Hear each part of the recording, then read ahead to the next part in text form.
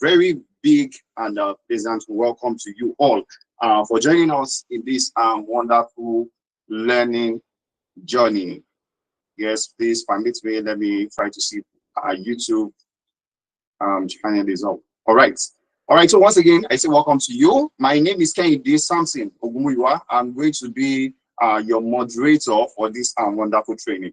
So this training is like we have it on display, Lean Six Sigma course. So it's called Lean Six Sigma. So I would go into a little bit of an introduction of what the training is really all about in a short while from now. But before then, so from wherever you are joining us in Nigeria, outside Nigeria, you are joining us from Lagos, Abuja, Port Harcourt, Ibadan, wherever you are joining us from, I want to say a very big welcome to you.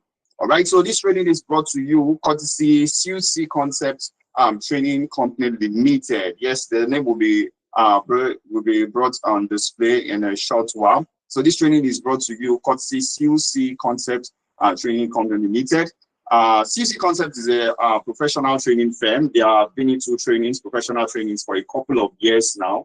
And yes, to the glory of God, they are testaments to every of our trainings that we have there, in that we have a lot of and a couple of persons across the country, even outside Nigeria, that are making use of our certifications to do exploits in their respective field of practice. All right. So yes, when it comes to delivery, when it comes to productivity training, when it comes to trainings that can help individuals to ascend to the next stage of their career, yes, we are one of the partners you can or you should actually choose or go for. All right. So yes, many people who are here, I'm sure that we have a couple of persons who have been with us on some of our previous training sessions before, and they can attest to that fact. All right. So we have not disappointed in time past, yes, and in this particular one we won't disappoint. So please expect to see or to receive the best of us as we progress into this learning journey. All right. Once again, I say welcome to you all.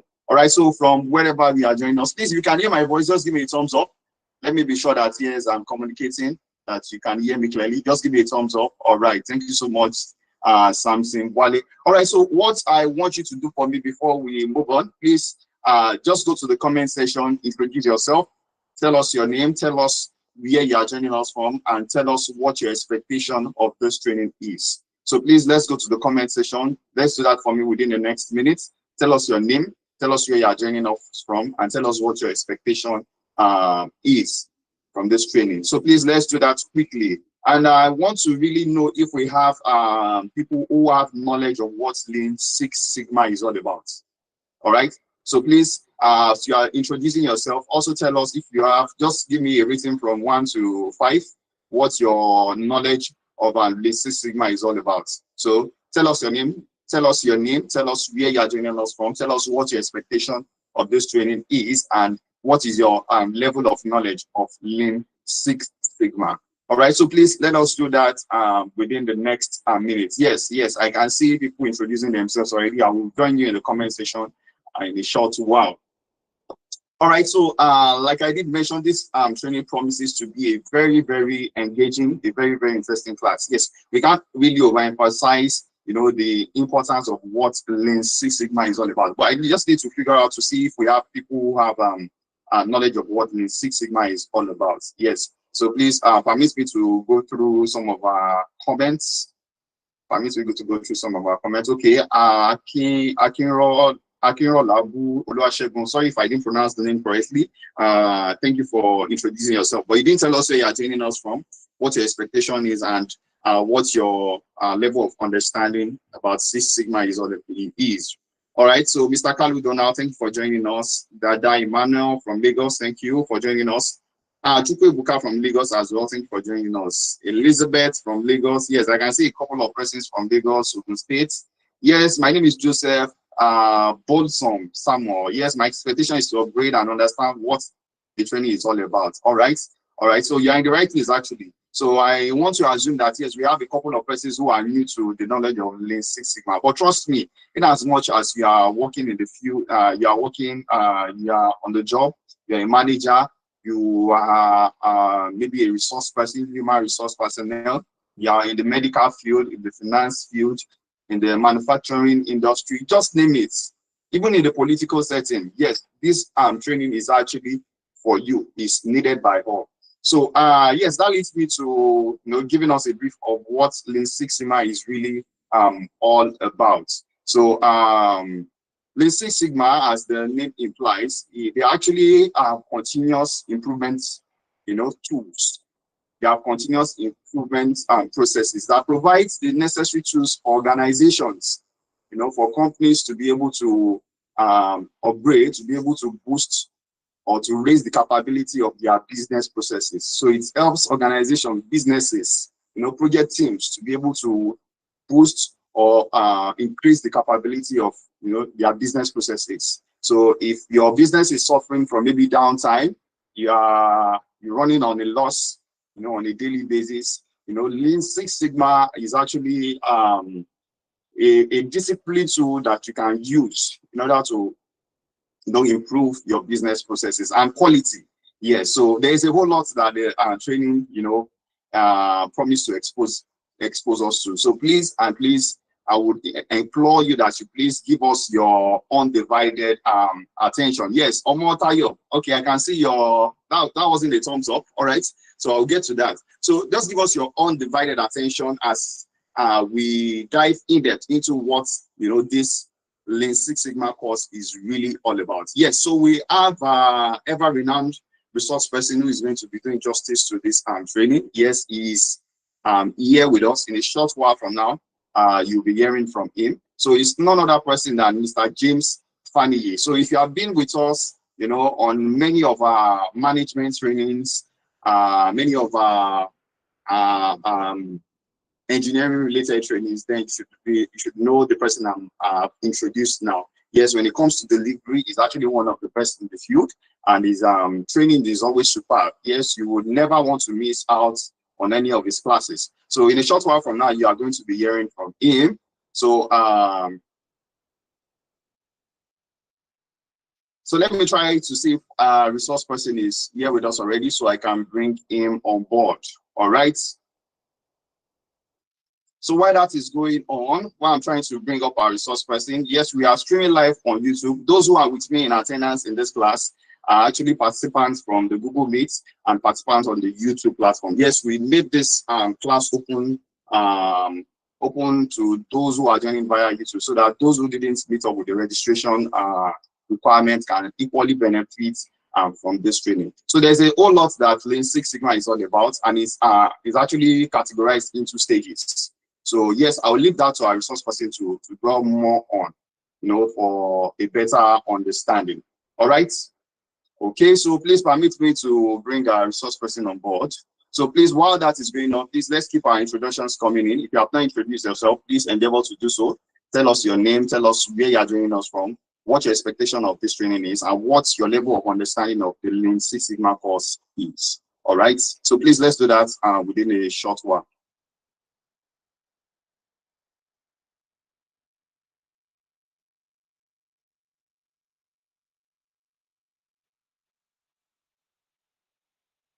All right, so without further ado, yes, let me quickly state the rules of engagement. So please, we are going to be taking questions at the end of this class. So, but before I get to that, this training is scheduled to hold for 2 days. Perhaps, yes, the introductory class. More information as to how the classes are categorized, we are going to be releasing at the end of the class. So what we want to do or want to achieve for the purpose of this class is to, make sure that we have the basic understanding of what Lean Six Sigma is all about. And I think, yes, we are going to be covering the first category of this training in this 2-day long class. Excuse me. All right. So the rules of engagement, please, in order for you not to be kicked out of the class, just ensure that your microphones are on mute. If you are called upon to maybe respond or ask a question, please, just respond promptly. All right. So please, at the end of the class, that is when we'll give you the opportunity to ask your question. So you'll be given the opportunity to ask whatever questions you have, just note them down. So we'll give you the chance to ask your question at the end of the class. So please, and if you're in a place where you can't speak, The comment section is there. Please drop your messages or comments in the message section of the comment section. If you are joining via the YouTube live platform, drop it in the comment section. We'll do well to pick your messages from there. So please, those joining us via the YouTube live, drop your introductions as well. Yes, we are following up on that. So attendance in this training is very, very important. We are going to be dropping the attendance link as the class progresses. So please and please, for any reason, if you won't be in attendance in the class, in today's class, then it shows us that automatically that you might not be granted access to the class tomorrow. All right. So please make sure that what you are in attendance, because the foundation of what we are building today, we are going to be building, that is what we are going to be building other foundations on as we progress in the Lean Six Sigma learning journey. All right. So without further ado, let me bring our resource person on board. That is the person of Mr. James Fanny. All right. So, Mr. James Fanny, over to you, sir. Thank you, Mr. Kennedy, for that. I'm saying a good day to all our participants who are here already.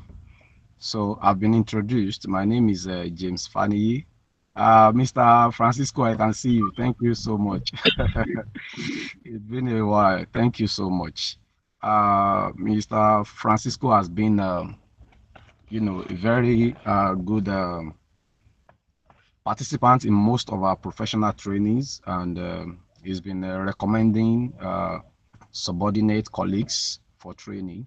And I'm recognizing every one of us here in this training. Either you are new to CLC Concept Training Company Limited, or you have been with us for a while. So we are recognized. So we are on for the training Lean Six Sigma. I could hear the coordinator asking if we have people that have some background in this training. What I can assure you of is that either you are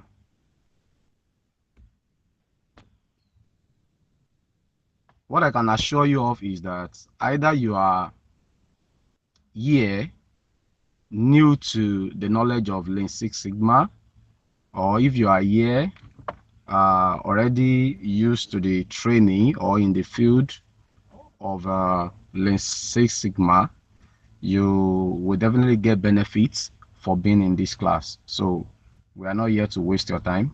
We are here to enjoy the values that we all want to benefit from. So today I will be switching from, displaying my screen and also using my whiteboard. Okay, I'll be using whiteboard. I'll be displaying my screen. So if you can see my screen, please give me thumbs up. If you can see my screen, I need you to please give me thumbs up.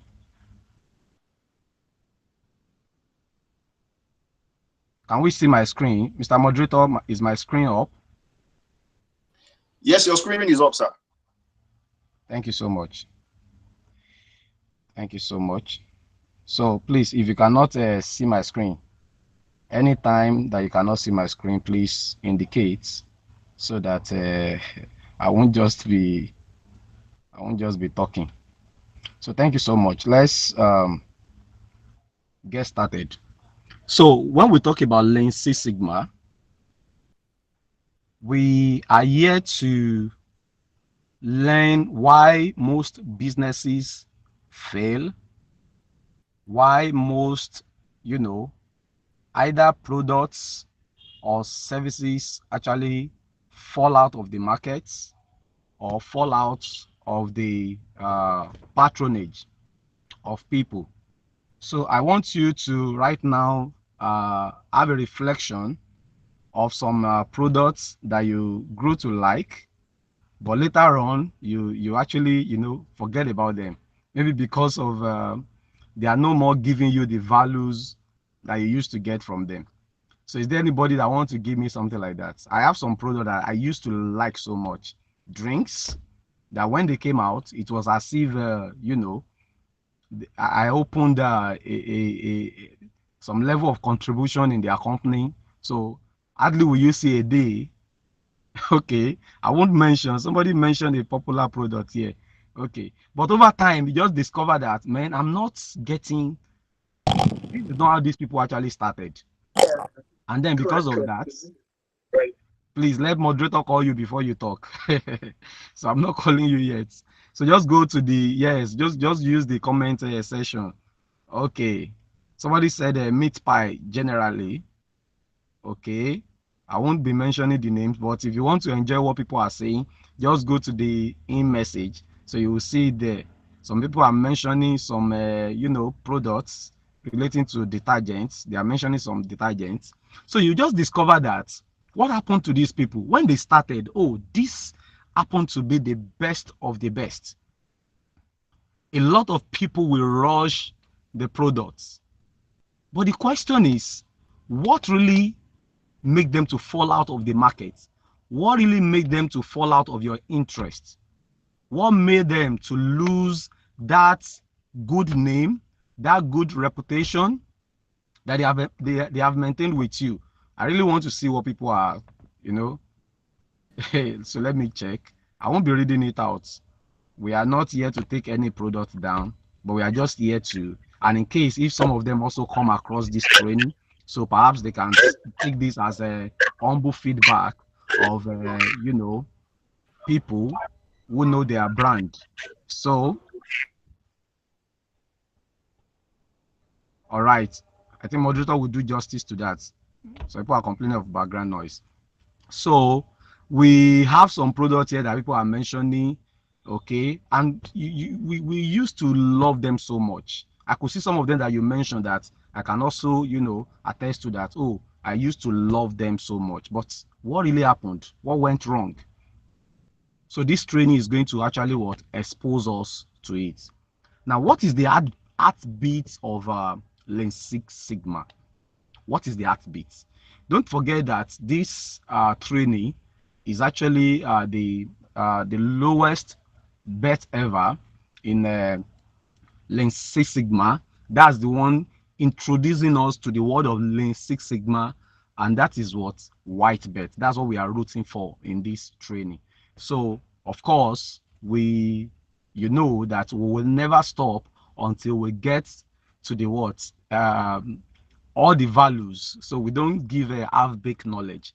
But one thing is that Lean Six Sigma training is a training to be taken step by step because you have to have an in-depth knowledge for you to be able to use this tool, okay, to turn your organization around, to turn your project around, okay, and to also benefit your own professional input into any organization or into your own personal project. So it's very important for us to know why we actually were taking a pace. It's just like when you talk about the word of safety, health, safety, and environment. So you have it in stages. Those stages are not to give you obstacles. They are just for structure. Yes, structural purpose. So everything is well structured, for effective learning.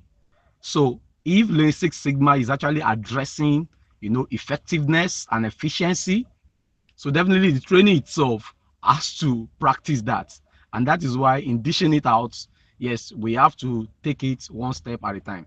So don't forget that this is a journey to white belt certification, and we will start digging out and dishing it out one by one. So what is the heartbeat? I mentioned the heartbeat of Lean Six Sigma. What is the heartbeat of Lean Six Sigma? What is that fundamental thing that we really need to understand? We really need to look into in depth for us to actually have, the broader view of what Lean Six Sigma is actually what addressing and why it is an exceptional tool. Okay, so Lean Six Sigma has its fundamental roots in the knowledge of what quality is. Quality. You see? the problem, combating most of those products and services that many of us just mentioned now lies in quality. Any organization that does not care or prioritize, quality, either to safeguard the quality they already have, and not just safeguarding it, improving on the quality, definitely such a brand, product, or services would actually lose its good reputation, and they will lose their market value. That one is for sure. So many companies, many manufacturing industries, many professions, many service providers, okay, don't pay attention to why people are actually patronizing them. That is the question you need to ask. Okay, this is our brand, and we are not the only one. The question we need to actually address is that, why are people really patronizing us? If I have a product that people are actually rushing in the market, a lot of people want to use it and all that, the question I need to ask myself is that, why do people actually prefer my products? If all the time people call me and check back for, the services that we render, we need to actually ask ourselves a question of, why are people really checking back? Why are they checking back? I was, recognizing one of our good participants in most of our professional trainings now. That's a person of Mr. Francisco. So, and I mentioned that he has participated in most of our trainings and even recommending people. Now, these are not hidden. These people come and you will know that, yes, this is the person that recommended them. Now, the question we need to ask ourselves is that, why is this particular person really following up on all our professional trainings?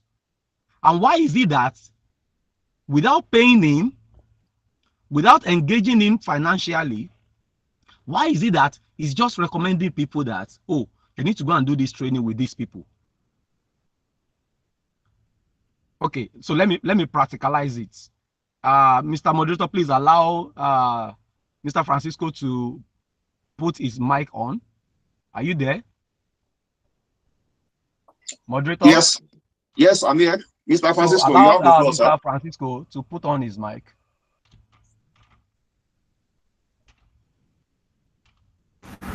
Good afternoon, everyone. Can you hear me? Yes, I can hear you, Mr. Francisco. Good to hear your voice. Thank you. Good to be with you again. Right. I'm a testimony. I come across CC online. I was just on the social media when I come across them on Facebook, and I say, okay, let me give it a try. The first training I engaged with this organization, this training institute, was people's management and team leadership. I didn't have to limit myself and say, because I've been managing people for years, I gained a lot of new experience, new ideas, which have been very helpful for me, improving my skill that I've acquired over the years. And from there, I was able to recommend to most of my team members, and I have people from Sokoto who have done it, who have testified. I was able to identify gaps in some of my team members who are also managing sub-teams. So, and just for me to upskill them, I recommended CC training. The quality of the training that you get from CC, I've not been able to match it with some other trainings I've attended. I am not trying to exaggerate. This is just nothing but the truth. So, and after that, after enjoying that first training, and I went ahead to register and join them on a long training, which is PMP, project management. That was a mind-blowing. That project management was a mind-blowing. So I've been applying that skill in doing what I do today. And so many courses, I think I've done more than 8 courses this year with this institution. I've done what you call it, critical thinking, work ethics. So many of them have all the certifications from this institution.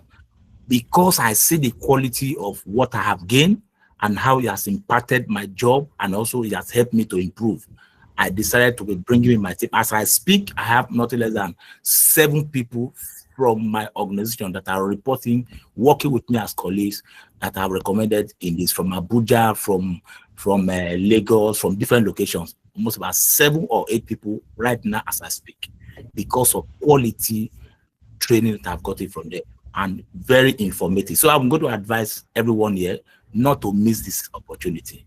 At least give yourself a December gift through this training. Thank you so much.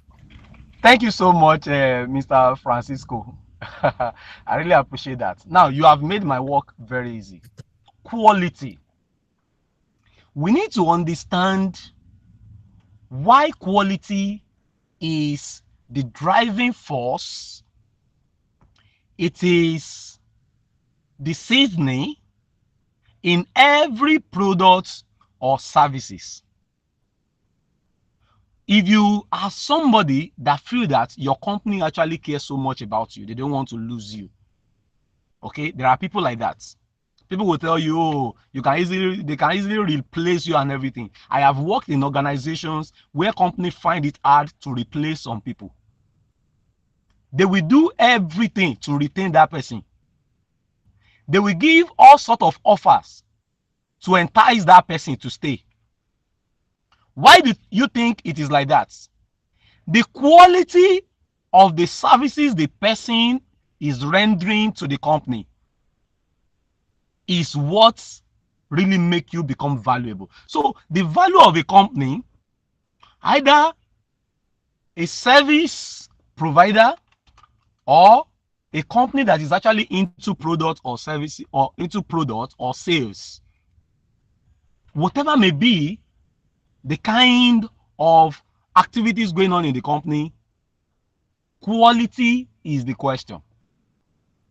And the first thing first for us to really understand is for us to talk and discuss about quality.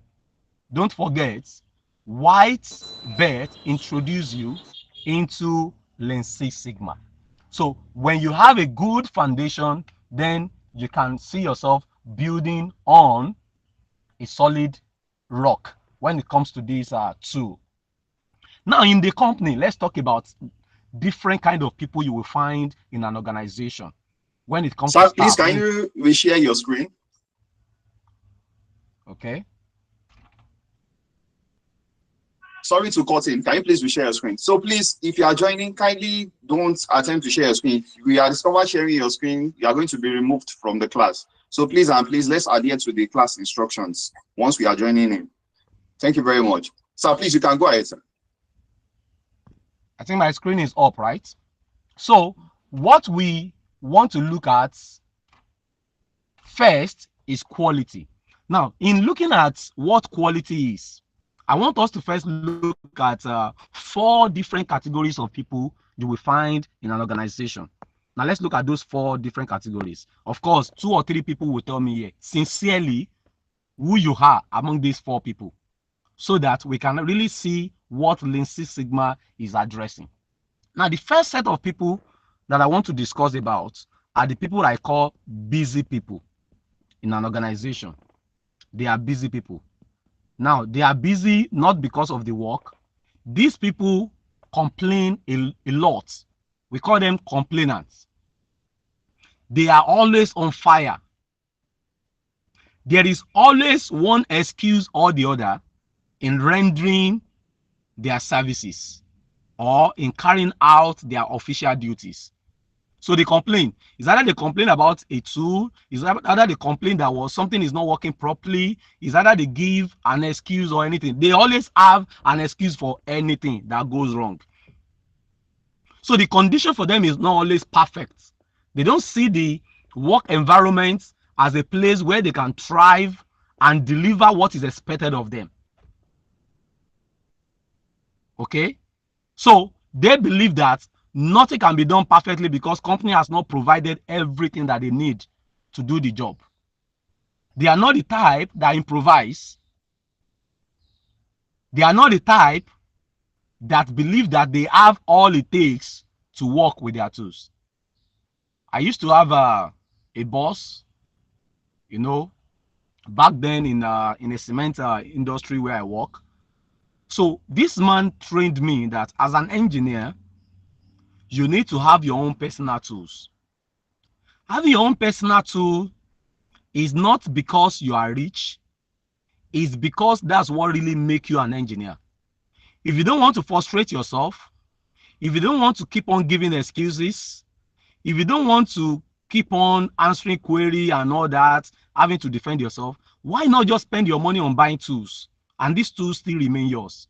So what he used to do then is that anytime we are being called for any faults while in plants, most of the tools that the company produced are not properly kept. They are not usually properly kept. Is either you are looking for 13 spanner, you are looking for socket spanner here and there, or the multimeter is not working properly, it's giving you wrong reading and everything. So he carry his own box, we carry his box. The only thing he will never allow you to do is to treat his tools the same way the company's tools are being treated. I enjoyed working with him a lot, and I learned so much from him that when you don't have the required tool, you can actually put it on board just to actually help your job, just to make life easier for yourself. Now, the first category of people I'm talking about, the complainants, they are not like that. They will rather rush back to the company and complain that 13 spanner is not here, the multimeter is malfunctioning, and so we cannot do this, we cannot do that. And if you are not answering them, they will go on doing the job anyhow, and it will affect either the quality of the product or the services that you are rendering. Now, that's the first category of people that affect, that could what, have an influence on the quality of product or services a company is into. These are busy people. They are complainants. Now, the second category of people are people that we call fine people. I do not call them fine people because they are handsome or beautiful, because they are used to what? Saying fine. They are the direct opposite of the complainants. These people will never walk up to you to complain about anything. Even when you walk up to them and you ask them, how is the work going? They will tell you fine. As a manager, as a supervisor, when you ask them anything, oh, how is it going at your end? How is it going in your department? They will tell you fine. But really, all is not fine. But they are the people that believe that they cannot kill themselves. They would rather do what they can do, and any other thing can suffer. So if it come out fine, no problem. If it doesn't, no problem. That's the business of the company. They care about the flow of their own salary. That the salary will come in, that their pay will come in. Their own is just to do the job the best way they can do it. If the 13-ounce spanner is not working, they look for what? Plier. If the plier will wear and cause wear and tears on the bolt or anything that they are scrolling, so be it. They are just fine. I may be using example of manufacturing, but now you should be relating it to your what? To your field. Either you are in medical field, either you are a sales person, either you are a business person, either you are an entrepreneur, either you are a supervisor or manager. You have these people. They never complain. They just get the job done the best way they can. So we call them people that, that usually say fine, fine, fine. That's why we call them fine people. Now, we also have the third category. Okay? These are the people that hate change. Change haters. These people see any changes you are bringing into the organization as a threat. They don't like to disturb their head. They don't like to have a shift.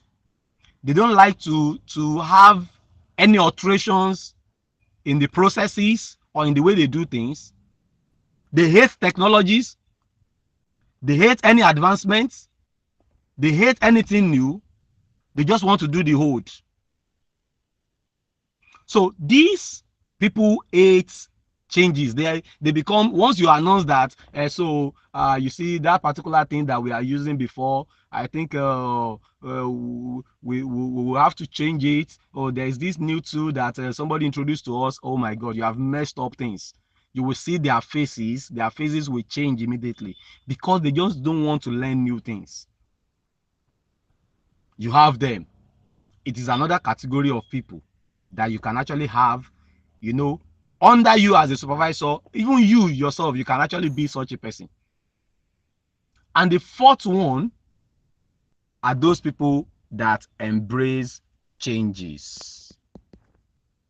Change lovers. These people appreciate a shift in everything. The way their brain work, they become excited when they see something new coming on board. When they see a new machine being introduced into the company, they are excited to learn how the machine works and how beneficial it could be to their work.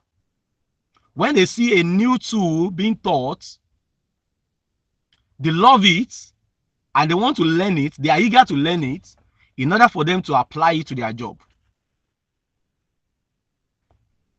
These four categories of people that I've just discussed, no matter how few the number of the attendees of this training are, we have everyone in these four categories.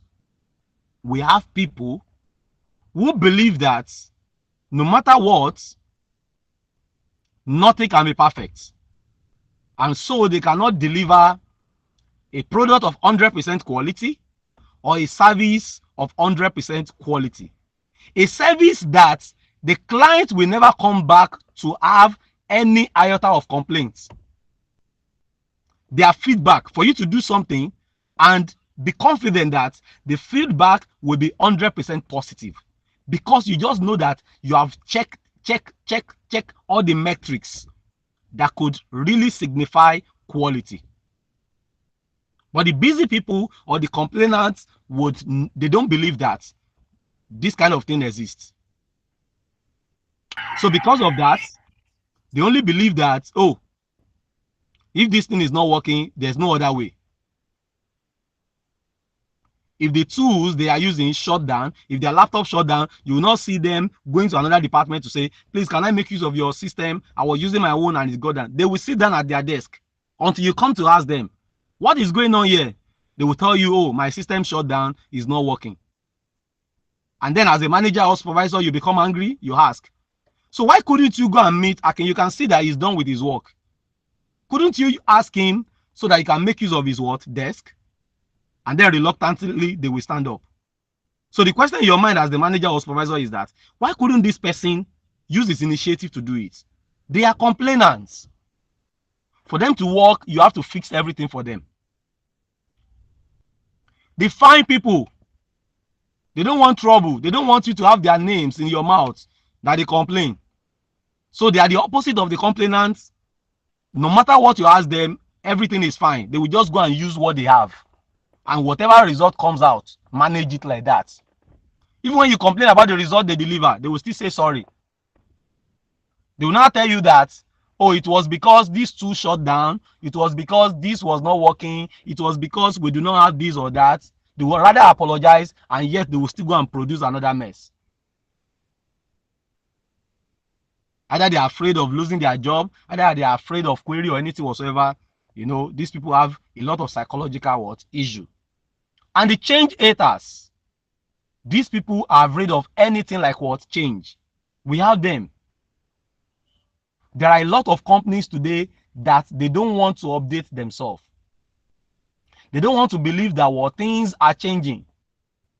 We still have people, staff in Lagos, that some company will still order them to come to Abuja just for something they could actually present online. They don't believe that they can have companies meeting on Zoom. They don't believe that they can have a company meeting on Google Meet, and for them to actually reduce cost, for them to reduce the wasting of time, for them to have what? A good flow of processes. They still believe in the archaic system that for you to have a conference meeting, everybody needs to appear. I can tell you, I have such companies. I interact with them. I have people working in such companies.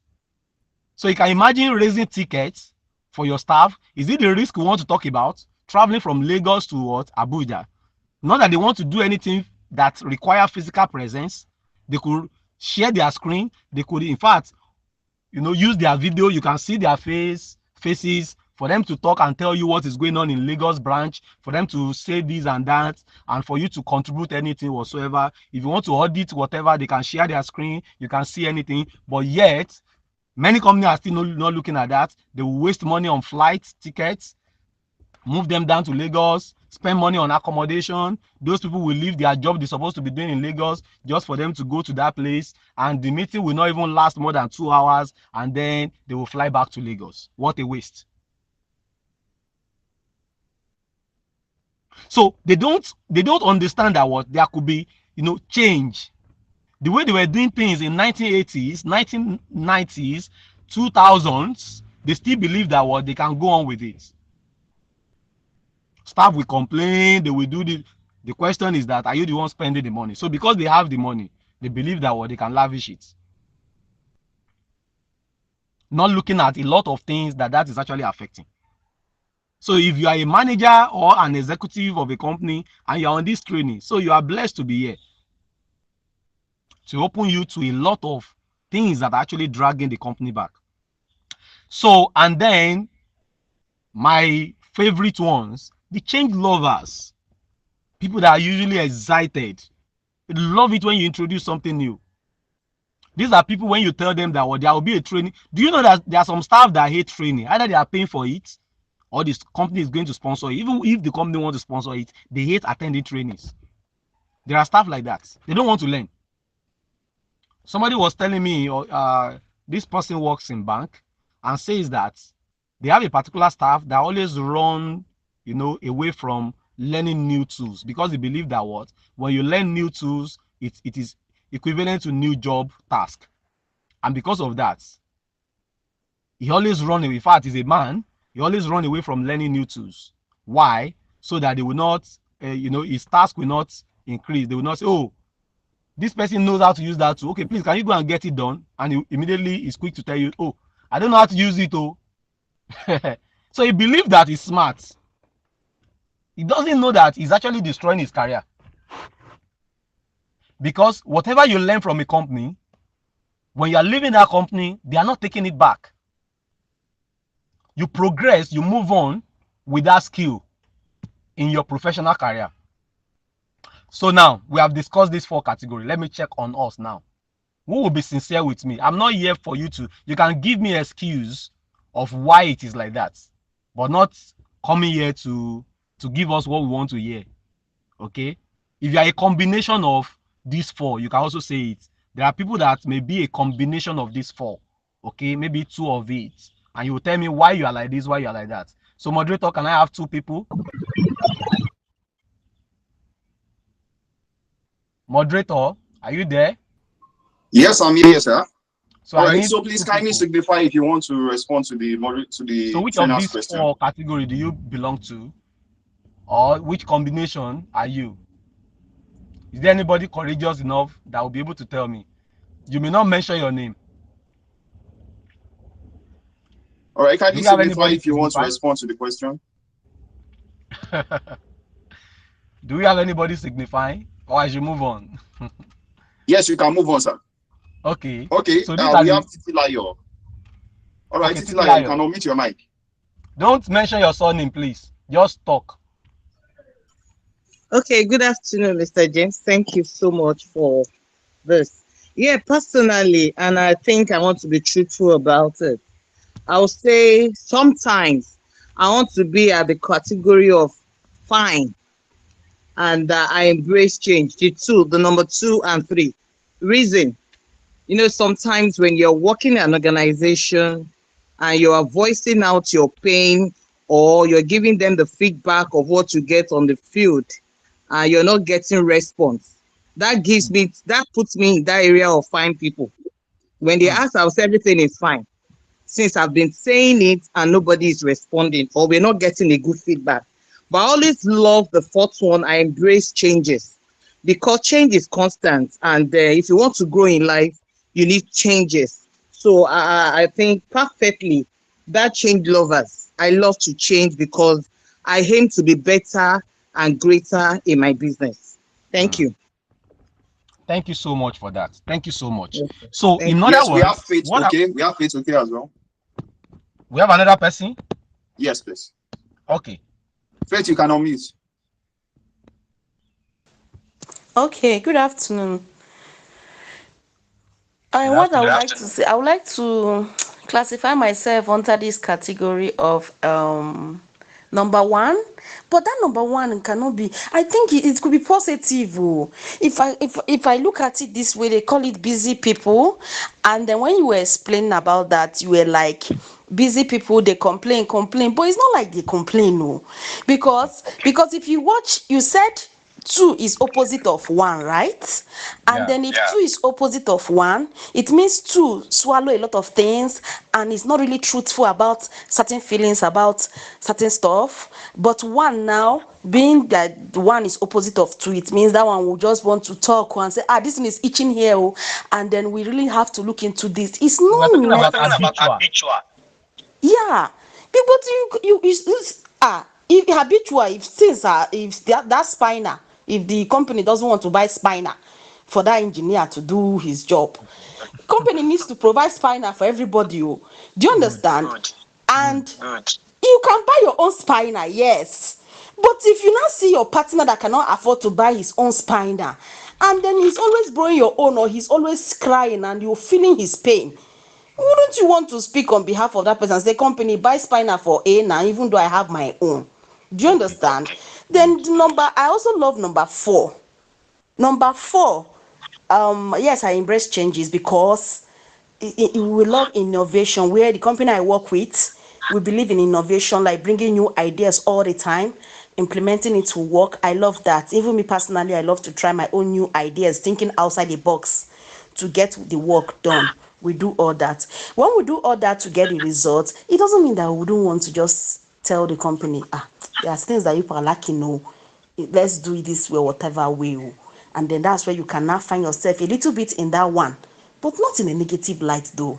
Thank Okay. you. Okay. All right. I appreciate that. I love the fact that you were able to bring out positivity from negativity. Of course, we even the change lovers. What make them change lovers is that they clamor for change. Okay, they must actually clamor for change. They can say, "Oh, can we try another tool? You know, something better than the one that we are using." Okay, so but why we use the word complainer, uh there is a big difference between reporting and complaining. Okay, that is what we are saying. There's a big difference between feedback and complaining. So if you complain, you only nag. In fact, let me even tell you that most of these people that you say they complain, some of them are not even able to channel it to the authority that will effect the change. You will just see them among the staff. They will complain to you. But for them to go and meet maybe the HR, the manager or the supervisor, they don't have the guts. But they just complain, this panel self, somebody doesn't have it. Okay, speak up. Let's see if they can change it. Many of them will not even take it up like that. So we are looking at it in the negative sense. Of course, if yours is actually positive, that what you just do is to say, oh, please, we don't have this, can we get it? And then you still try as much as possible to retain the quality, even with whatever you are being provided for that particular time. Your own may be positive. It might not be in the category of these people that we are talking about. Okay, but I see both contributors right now in the fourth category. There are a lot of people that conditions of how the company operates and the culture of the company force them down to looking like people that complain, or people that usually say fine, fine. Look at the first person that spoke. Okay, the first time you tell them, oh, this thing is not right. Can we do it? Like, oh, nobody is giving response. So you know that definitely nothing will be done to anything that you are saying. And then when they ask again, you just say fine, because you are tired of talking. Because the one that you have been saying, they don't actually attend to it. So you are actually a change lover. A condition actually make you to look like what? The fine category of people. And for the second person that contributed, oh, busy complaining about everything, is your complaint in the positive way of something that can drive change?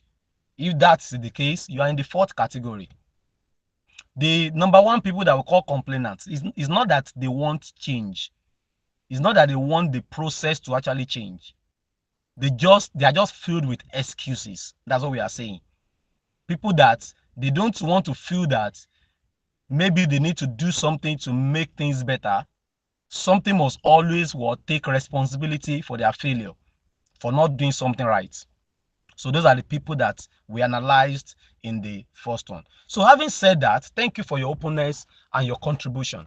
Now we can now look broadly at what quality is when it comes to Lean Six Sigma. So what is quality?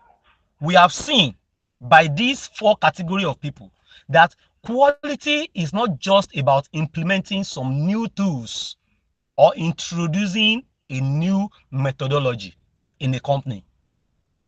For you to retain quality, or for you to drive to quality, either quality service or quality product, it is not just about new tools. It is not just about what? You introducing a new methodology, a new machine, but it calls for a shift in the culture of workers. That is what we want to actually achieve with this. The workers need to be willing to embrace change. Lean Six Sigma is all about change. It is all about quality. It is all about efficiency and effectiveness.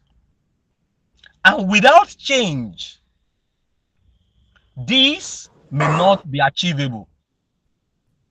Without the true concept of quality and knowing the benefit of quality to every organization and every company, you may not be able to actually achieve quality product or services.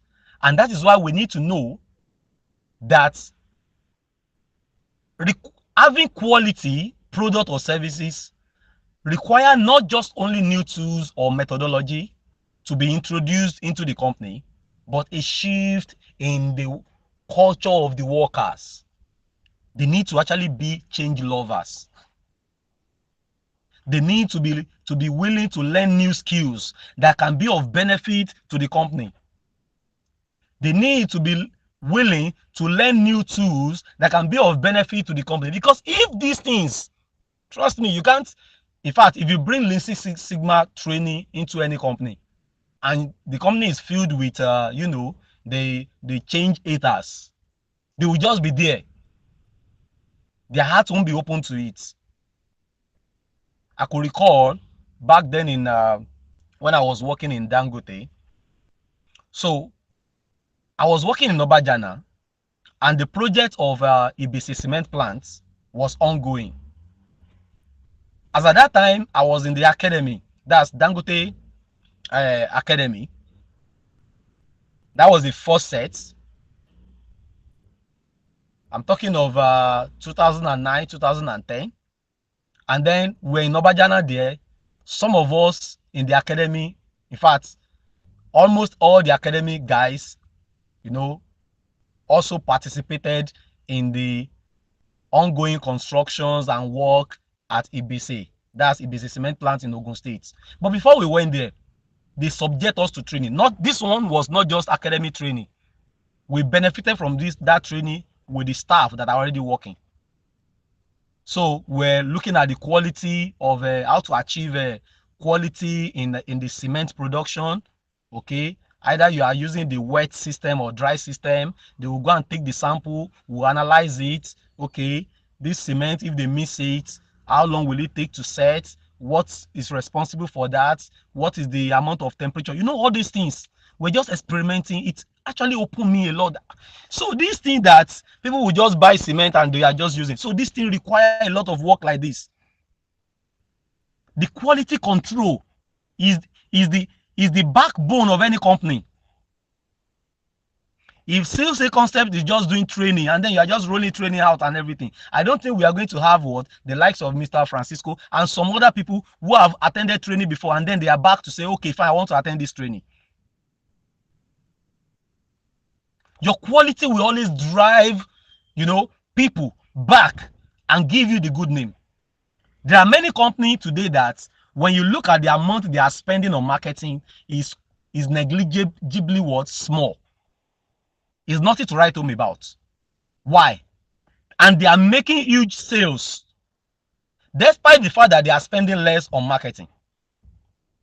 Because the pool of what customers, their customer turnover is very, very what engaging and very interesting.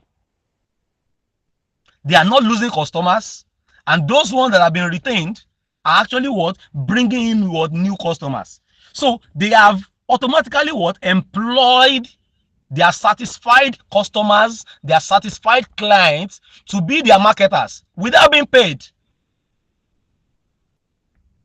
Mr. Francisco says something that he has more than 7 people in this training attending this training. Do you know what it will take for you to actually what gain the audience of 7 participants? Yet you have a satisfied, you know, client who actually did the work of bringing 7 people. So you can imagine if you have what like 50 of those kind of people that could bring 7 without your, you know, interference, without your financial engagement, without your involvement. They are just out there to tell people that, look, there is a training coming up and this company is the best in what they do. Okay, come and attend. And you have 7. So when you do it, 50 times 7 will give you what? That's about 350 customers. So 50 customers can actually what bring 350 people. There are many companies that are riding on that.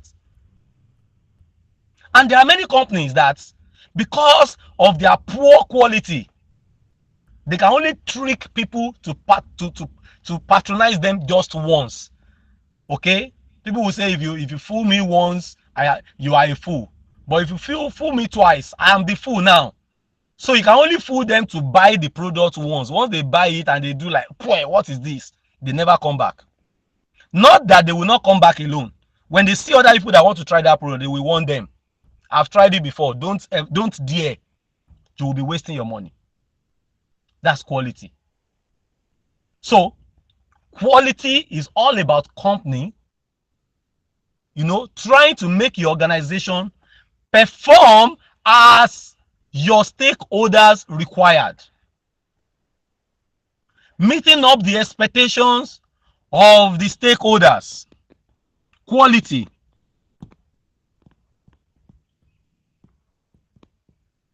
Refers to meeting up with the expectation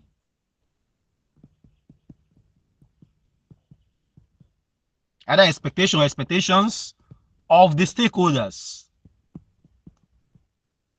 Those people who are project managers here, they will know the people that we call stakeholders. Your customers are part of your stakeholders. Your staff are part of your stakeholders. You can't have a quality product or services just focusing on your customers alone. What happened to the workers? What happened to the investors? What happened to the shareholders? What are their expectations about the company? So you can see that what the factors controlling quality is all encompassing. The staff welfare would actually affect the quality.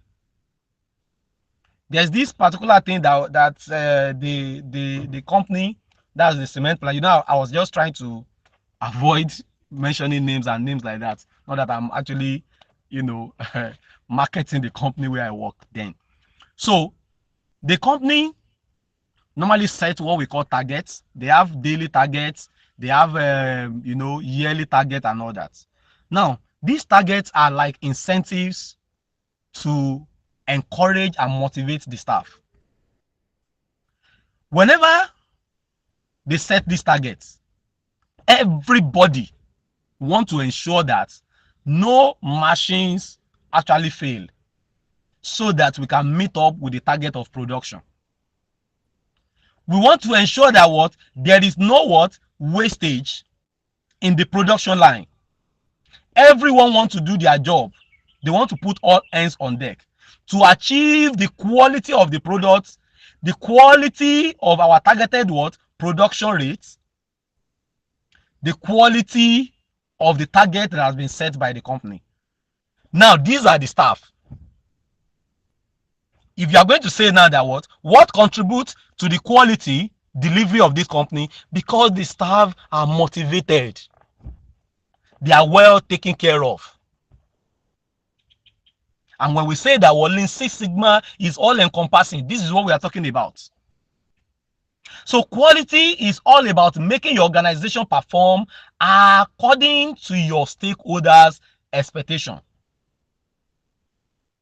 It makes excellent performance from all departments and teams within and outside the organization. In fact, within the organization, with the view and consideration of those that are outside the organization, and those are your customers. It is your customers that determine if your product or services are of values or not. You have to tailor the values in accordance to the requirement of the customers. You need to have that view that your customers will tell you, okay, if this product, in fact, there are some products that before they launch them, they do market sampling, especially when it comes to do something that is edible, drinks and all that. You might have seen some of them or participated in some of them. So you will see them, they will do some kind of entertainment, awareness, and you can go there, all these disposable cup, they'll put the drink there, you taste the drink, they have a form, they will ask you, some things that you need to check in that form. If you have any complaint, how does it taste and all that, before they finally roll it to the market. Now, what are the producer of this product, what are they trying to do? They are trying to be very careful. You don't want to release a product that will be rejected in the market. When people taste your drink and they are saying that, it tastes like Pepsi, you already know that you are not a unique brand. You don't want to mimic another brand. You want to have a unique taste. So once they are liking your taste to something, they say, it tastes like Pepsi, it tastes like this. That's not a good feedback. That is not uniqueness. You are not standing out. You have to stand out. They have to say, I love the taste. No, this is the taste. I love it. So if they release this product, do you think you can use your money to buy it? I can buy it. So like, how much can you spend on the 50 cl? This is it. So a lot of, questions will be in their questionnaires that they will use for them to really have a clear picture before they can release it to the market. So quality demands excellent performance from all departments or every team, and that's why we say that Lean Six Sigma is team sensitive, is team focused. Without your team, you can't achieve quality. Without the considerations of the requirement of the customers, knowing things that are of values to them, things that are not of values to them, there is a lot of waste that will be in the system. You will think that you are making sense, but you are not making sense. If you design a website that your customers are finding it hard to use, the website will just be there. They will not make use of it. Anytime you want to direct them to the website, you lose the client, because nobody wants to have a headache navigating your website. It is either it is simple or not simple, and that's what we have. People that are into UI UX in the programming world, user interface, user experience, UI UX experts. when it comes to website design. These are not people that write the codes.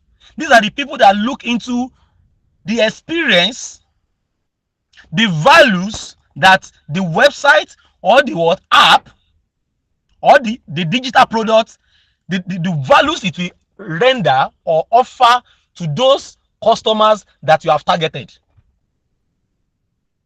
Imagine somebody having to click and click and click and click and click before your website will respond. Or they try to actually launch your website and it will take 5 minutes for it to roll and roll and roll and roll to load. People don't have that patience. They move on. They try another product. Or you have a product that the circulation is very discouraging. Almost every product, now almost every company now are now using delivery package. Almost all. They're using delivery package. Who want to go through the stress? No matter how interesting your product is. Somebody will leave Lagos, your product is not available in Lagos, and then they have to move it down to Abuja because they want to buy 3 or 4 units of your product. Can you send it down to Lagos? Okay, these are the control. If I should ask now, look at it as a training firm. We're having this training now. You can imagine, no matter how important of great values it may be, to you, that we want to offer this training. If our requirement is that you have to be in our office to attend this training, how many of us will be there right now? I can tell you that many people that are attending this training, in fact, 70 or 80% of people that are present right now, they are at work. Give me thumbs up if you're at work and undergoing this training. Give me thumbs up. You see? You see what we are talking about. You see what we are talking about.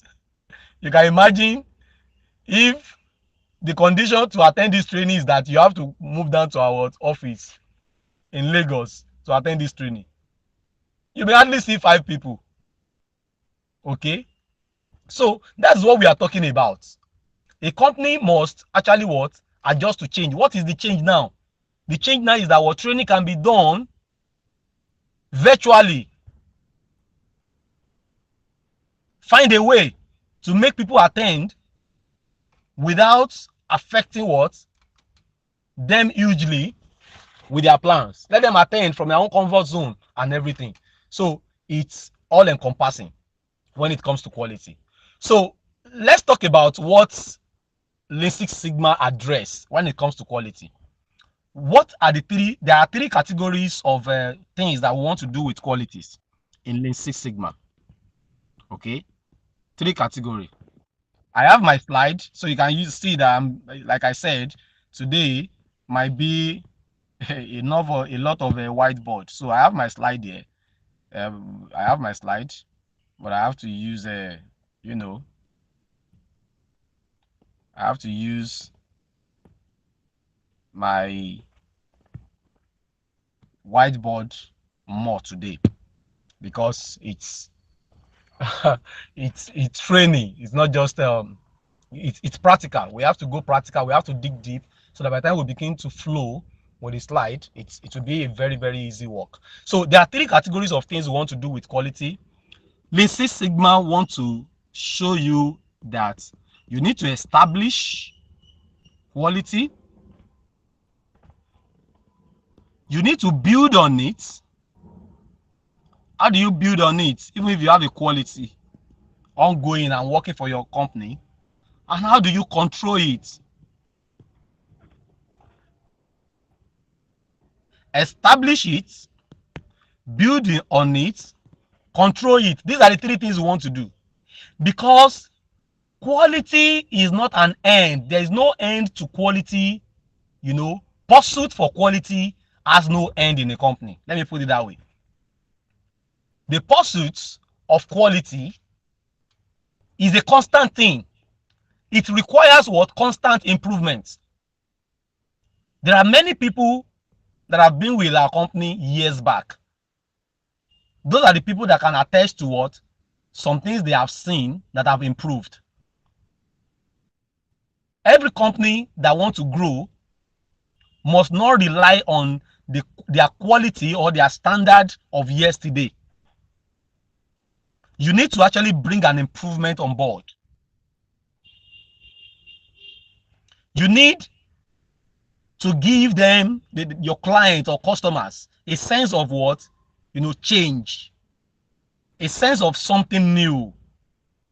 It's exciting. It brings out excitement in people that are patronizing you to really see that, oh, there is something that has changed about these people and I'm loving it. So the first thing is that a company needs to actually try to establish quality. Let people know you for your quality. Let them know that you have a standard. Let us have our standard. Somebody contributed today and said that in their company they love innovation. That is your quality. Innovation is part of your your core value.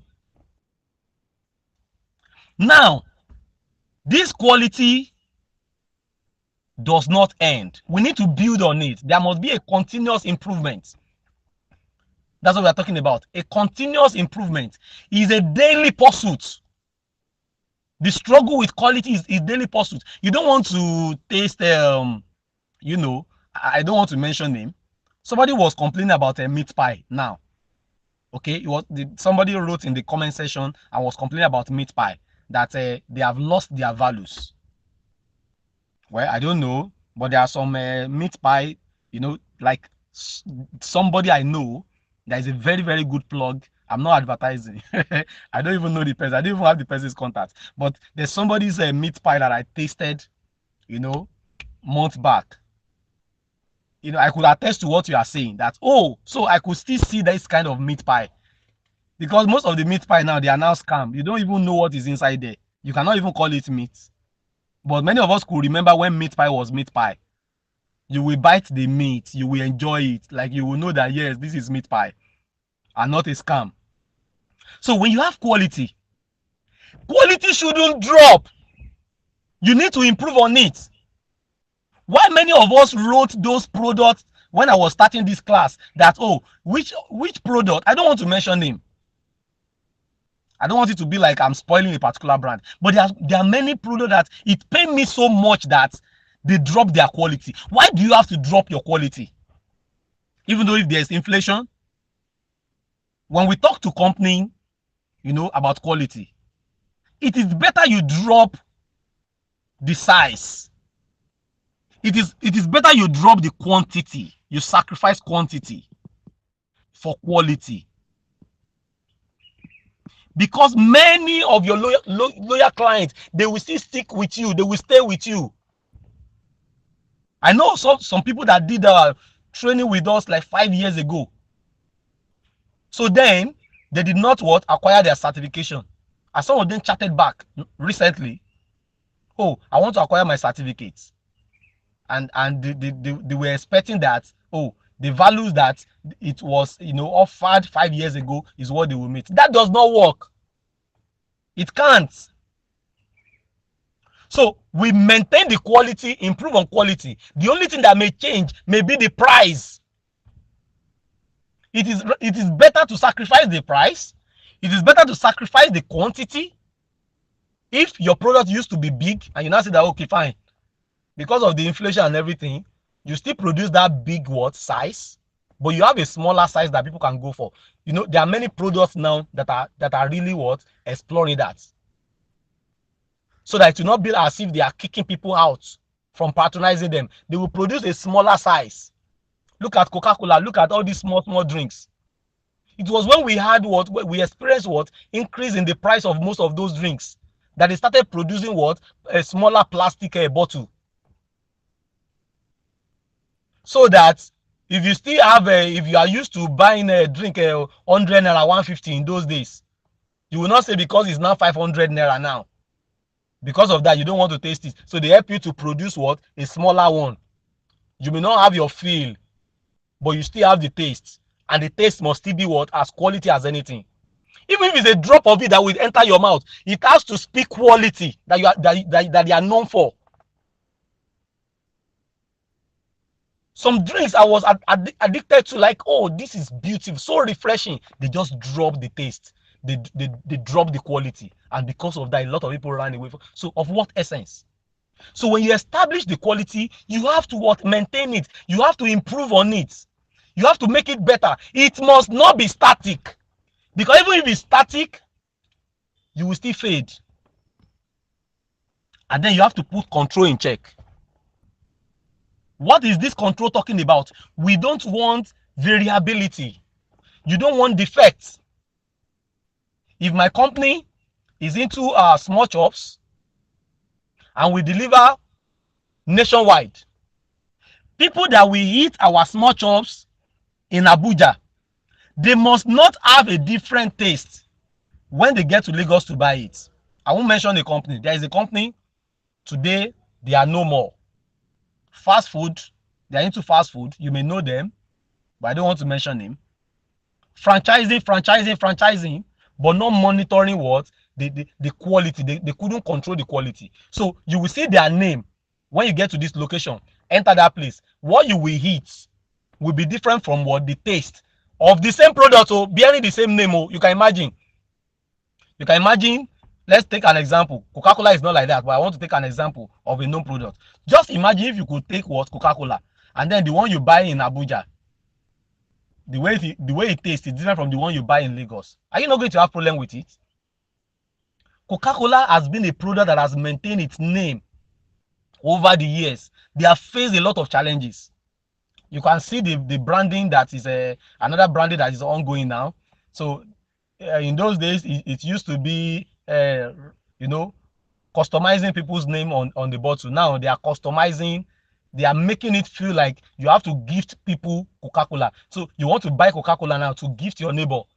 There was one they wrote here, good neighbor. You can imagine you buy Coca-Cola and you have good neighbor on it. You say, oh, I will keep this. I will go and give my neighbor at home. I say, you just present it. Say good neighbor. Homies, babes, lovers, darling, sweethearts. They are now branding the name. Now they are changing the name. You see, they are giving you a taste of something new, an excitement. Has the taste changed? No, the taste has not changed. But they are bringing in what? Change. That what? Drive sales. That is what we are talking about. So quality is all encompassing. You can sacrifice anything for quality, but not quality itself. So the quality of the product must not be in question. So what do we do to ensure quality? What are the things that you need to actually put in place?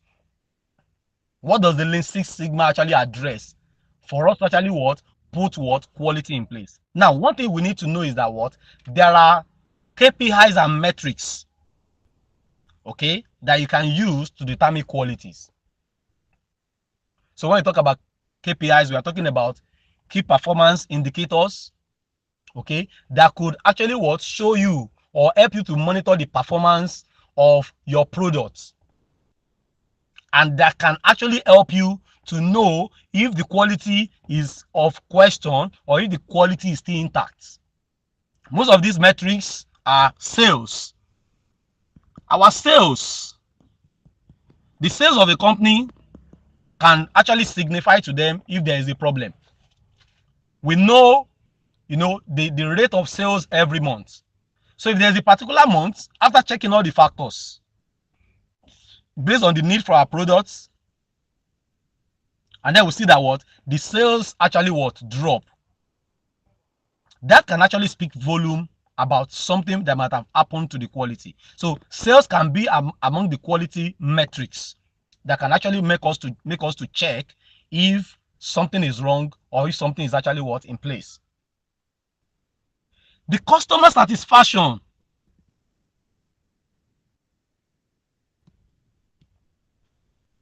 You get these through feedbacks. Imagine after training, what you have is 70% of complaints. Imagine after your sales, what you have as feedback is 70% of complaints. Something is wrong. You need to go back to the drawing board and effect the change.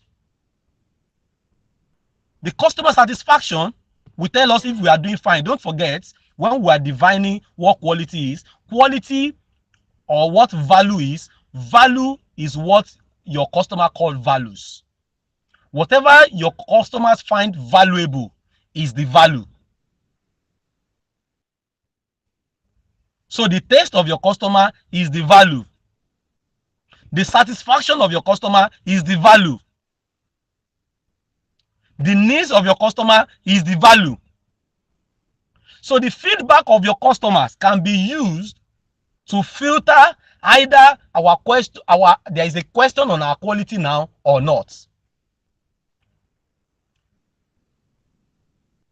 Another metric that you can use is the client retention. Now you look at the satisfaction now. What is our customer turnover? If you have a high customer turnover, there is a problem. A lot of customers stop patronizing you. Every time you have to scout for what? For new and new and new. There is none that you can even refer to as what? Old customers returning back. Your one-time customer never come back. Then there is a problem. I told us, I used that idea. If you fool somebody once, you are the fool. But if you fool the person twice, the person becomes the fool. So you can't fool people twice if the person is smart enough. You can't sell a fake product twice to the same person, except there is something else there. So the person will be wise enough to say that, oh, I'm not going back. That's the way I answer many people when they're asking, okay, what happened about your certification and everything? The best answer I give them is that, oh, we have thousands of people who have gone through this training, who have acquired this certification, and they are progressing with it in their career. Full stop. Because the feedback of those people is what really gives me the satisfaction that, oh, that means that what? We are actually what? Giving out values. So imagine if you issue certification to 100 people and 99 or 80 or 70 are coming back, they are complaining, oh, what kind of, you're having a problem. You have to go backwards to drawing board. What is happening?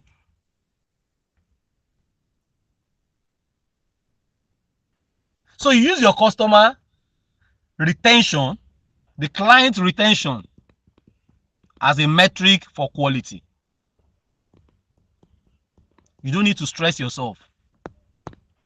While, marketing this training and sensitizing, creating awareness for this training, all I could do was for some people who are actually what? Clients, who have always be a big word, partakers of our training, participants in this in our trainings. Oh, we have what? A new training launched. Oh, this training is available. And you don't need to even say anything. All they will just do is to go and register. Why? Because you have established that, you have established that brand in their hearts. They know that what? They are coming to get values. So you talk less.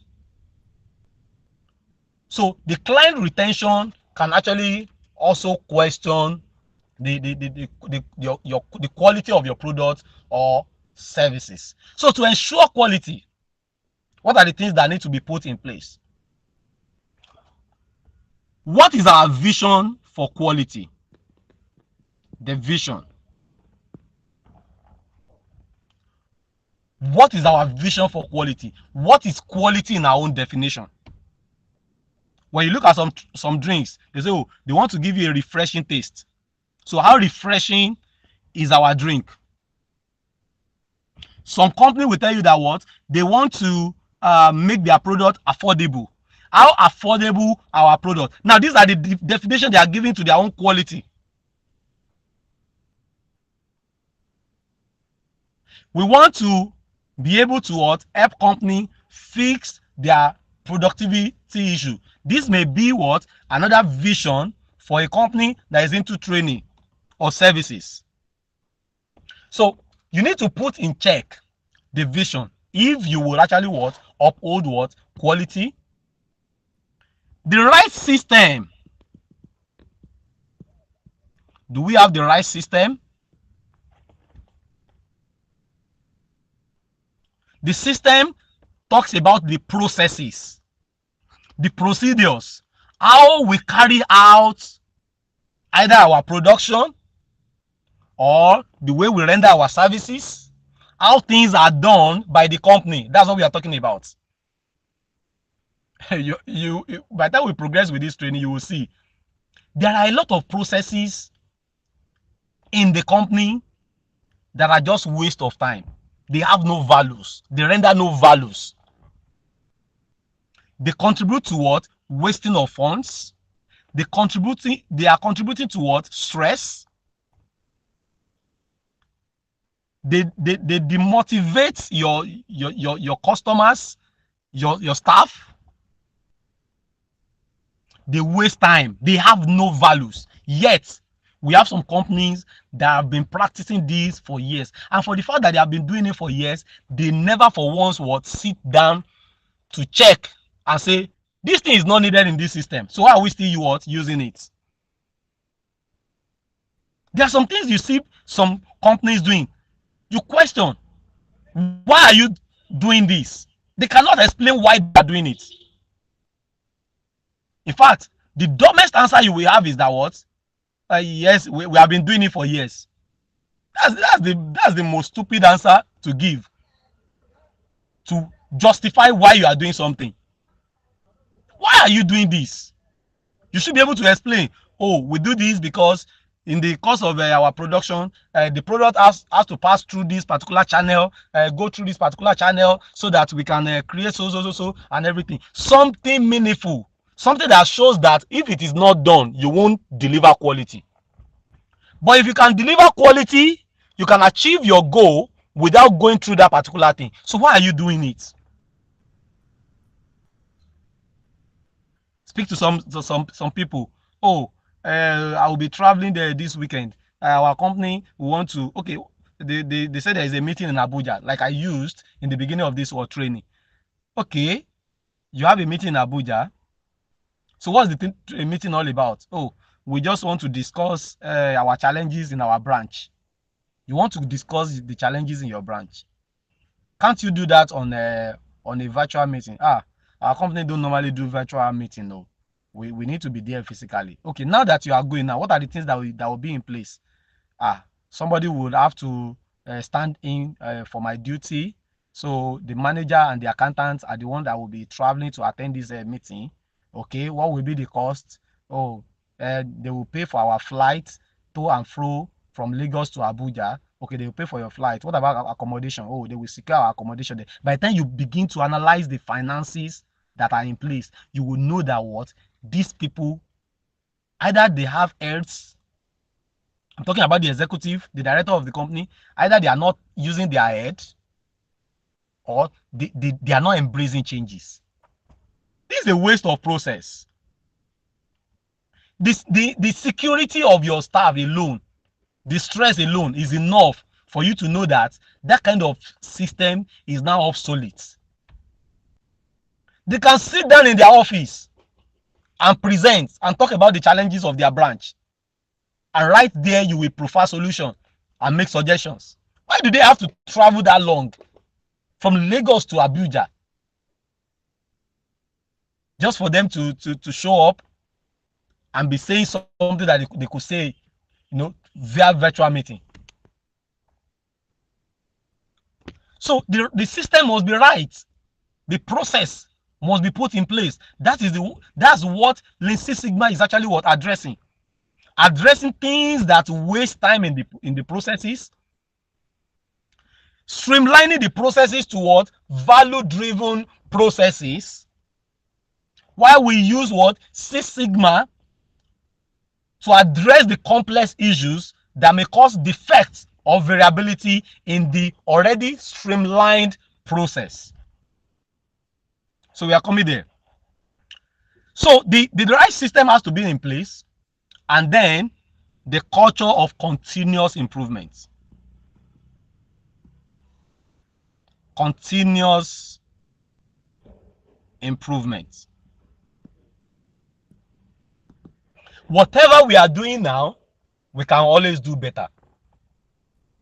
Whatever you are doing now as a company, you can always do better. That is the focus.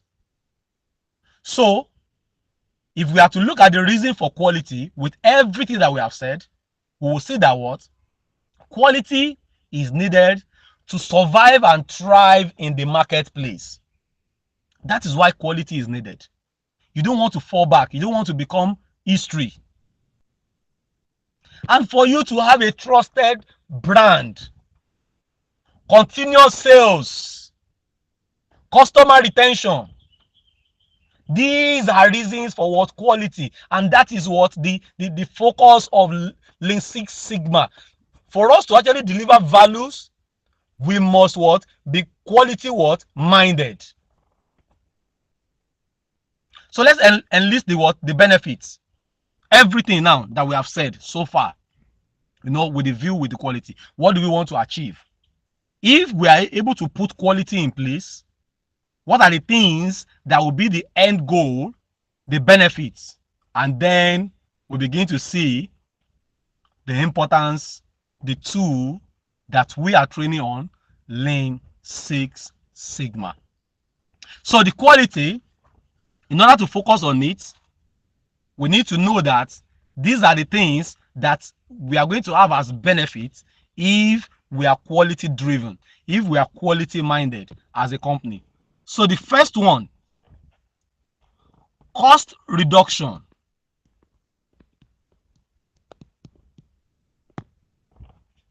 Quality doesn't mean that you are spending more. In fact, having a focus on quality would help us to have what? Cost reduction.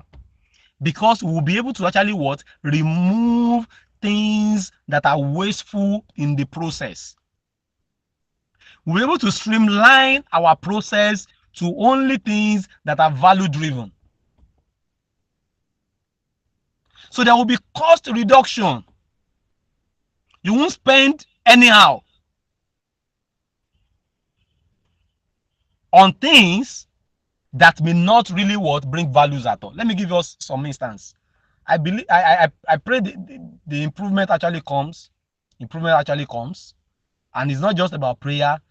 We need to begin to do things rightly. Okay.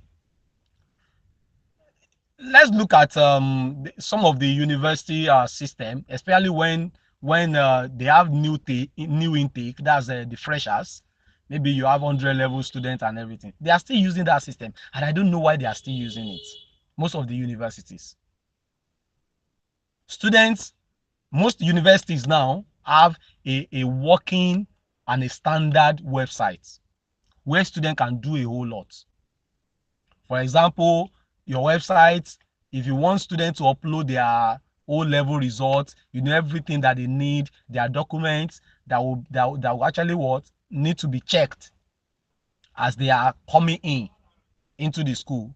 So every document they need to actually do, they can upload it via the system, via the portal. But you will see these students, most of the students, even after they have resumed lecture has started, many of them will still queue up at the door of the department. That's the department office. What are they doing? They are arranging files. And they will queue up. We went through the system. It was a very, very horrible experience. And it pained me so much to still see that kind of archaic system is still what? In place. Despite the fact that during our own time, we don't really have that perfect website where we could actually upload this thing. So they can actually justify it then. Most of our filing they are paperwork. Okay, but now that you have cloud where you can actually safeguard things, students can, without coming to the office, they can upload their documents and everything. Why making them to go through the stress of having to queue up at the door of the department again? And I'm not talking about queuing up. They will still give them all those things that they normally give us that time. Maybe four photocopies of this, maybe 5 photocopies of that, maybe 5 photocopies of that. In fact, when you get to where they are storing those files, that's where you will see that we are not thinking. The system is either the system lack people that are forward thinking. These things are occupying space. The management is not even, they don't even check those files. That's the most annoying thing. They collect all those documents and store it up. The things are just, when you enter where they store those files, I've been there before, so dusty, so rough. They don't even open it. Okay, let's make do with the fact that there was a time that they don't have access to this thing digitally. Now that you have access to it digitally, now that even as a school, if you need the physical copy, you can easily go to the portal of any student and print out whatever things that you want to actually check. If you so desire to have some hard copies, you can on your own at the department print out some of those copies. Even if you need them to actually submit some hard copies, you can make use of the class rep to say, okay, fine, everybody should submit a copy of their O-level results without interrupting their lecture, going through stress. A lot of people will queue up. You see students, what are you doing? They'll say they want to submit their file. So you guys are still doing this. It might be in the angle of the example I'm using. Look at many companies today. I want you to look inward. You don't need to mention the name of your company. I want you to think about some things in the process of your company today that even you yourself, you question why you guys are still doing that. Why are we doing this in our company? Why do we still go through this? Why do you have to clock in? Okay, people that are using the digital attendance, why do you have to do that when your attendance has been registered digitally, and then they will still be telling you that the system can show when you are signing in and signing out, and they are still after paper on you signing in and doing that. Of what benefit is that for? If the digital system is working, if it's reliable, okay, there's so many things. So we spend money on so many things, we waste. So there will be somebody in this charge of this one that will now be doing that physical, because in most cases they don't want those people to lose their job, or those people they are not ready to up their skill. So we are retaining their job, we are retaining their duty, even though that duty is not required in the system again. It makes no sense. Just because you don't want somebody to, the person, we can upskill them. We can make them to go for training so that they can operate with the new trend. And not because you don't want them to lose their job, something that is not worth value to the system, you retain it, and then we are spending money on it. 2, waste reduction. Waste reduction. You are wasting papers, everything printing. You print things that you don't need, even at the office. You open books that you will never need. That is waste. 1 naira, 2 naira, $1, £1, and here and there, add it up. The company is losing something. So focusing on quality will help us to actually be effectiveness minded, efficiency minded. Only what can be of benefits. We are not spending on waste. It's affecting us as a country. There are many agencies, okay? There are many systems in our political systems. They are just redundant. They are not working. They are not functioning. And they are there. There are many ghost workers receiving huge salaries, and yet they are of no benefit to the nation. Because we are not quality driven. And that's why moderator was telling you that irrespective of your field of practice, leanSixSigma deal with it. Anything called waste is a waste. Anything not bringing value is a waste. I've been to what's it called? This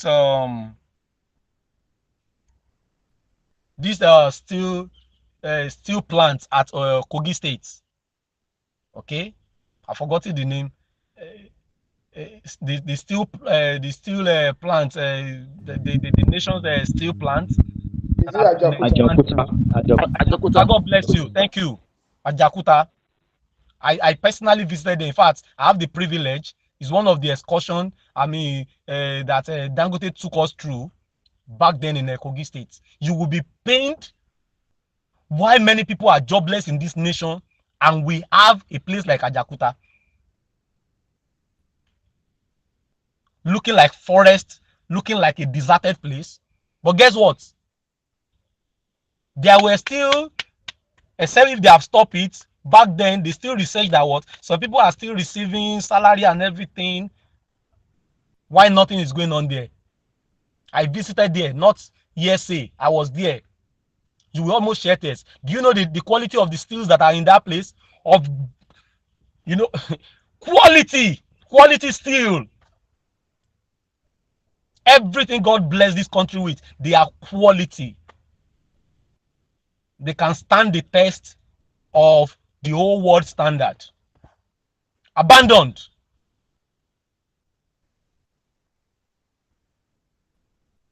Policy, different departments that have, you think that they are functioning, but they are nothing. Look at the recent, tug of war on document to add to people that are using cars or not. I don't know if it affects you too. When they were discussing, what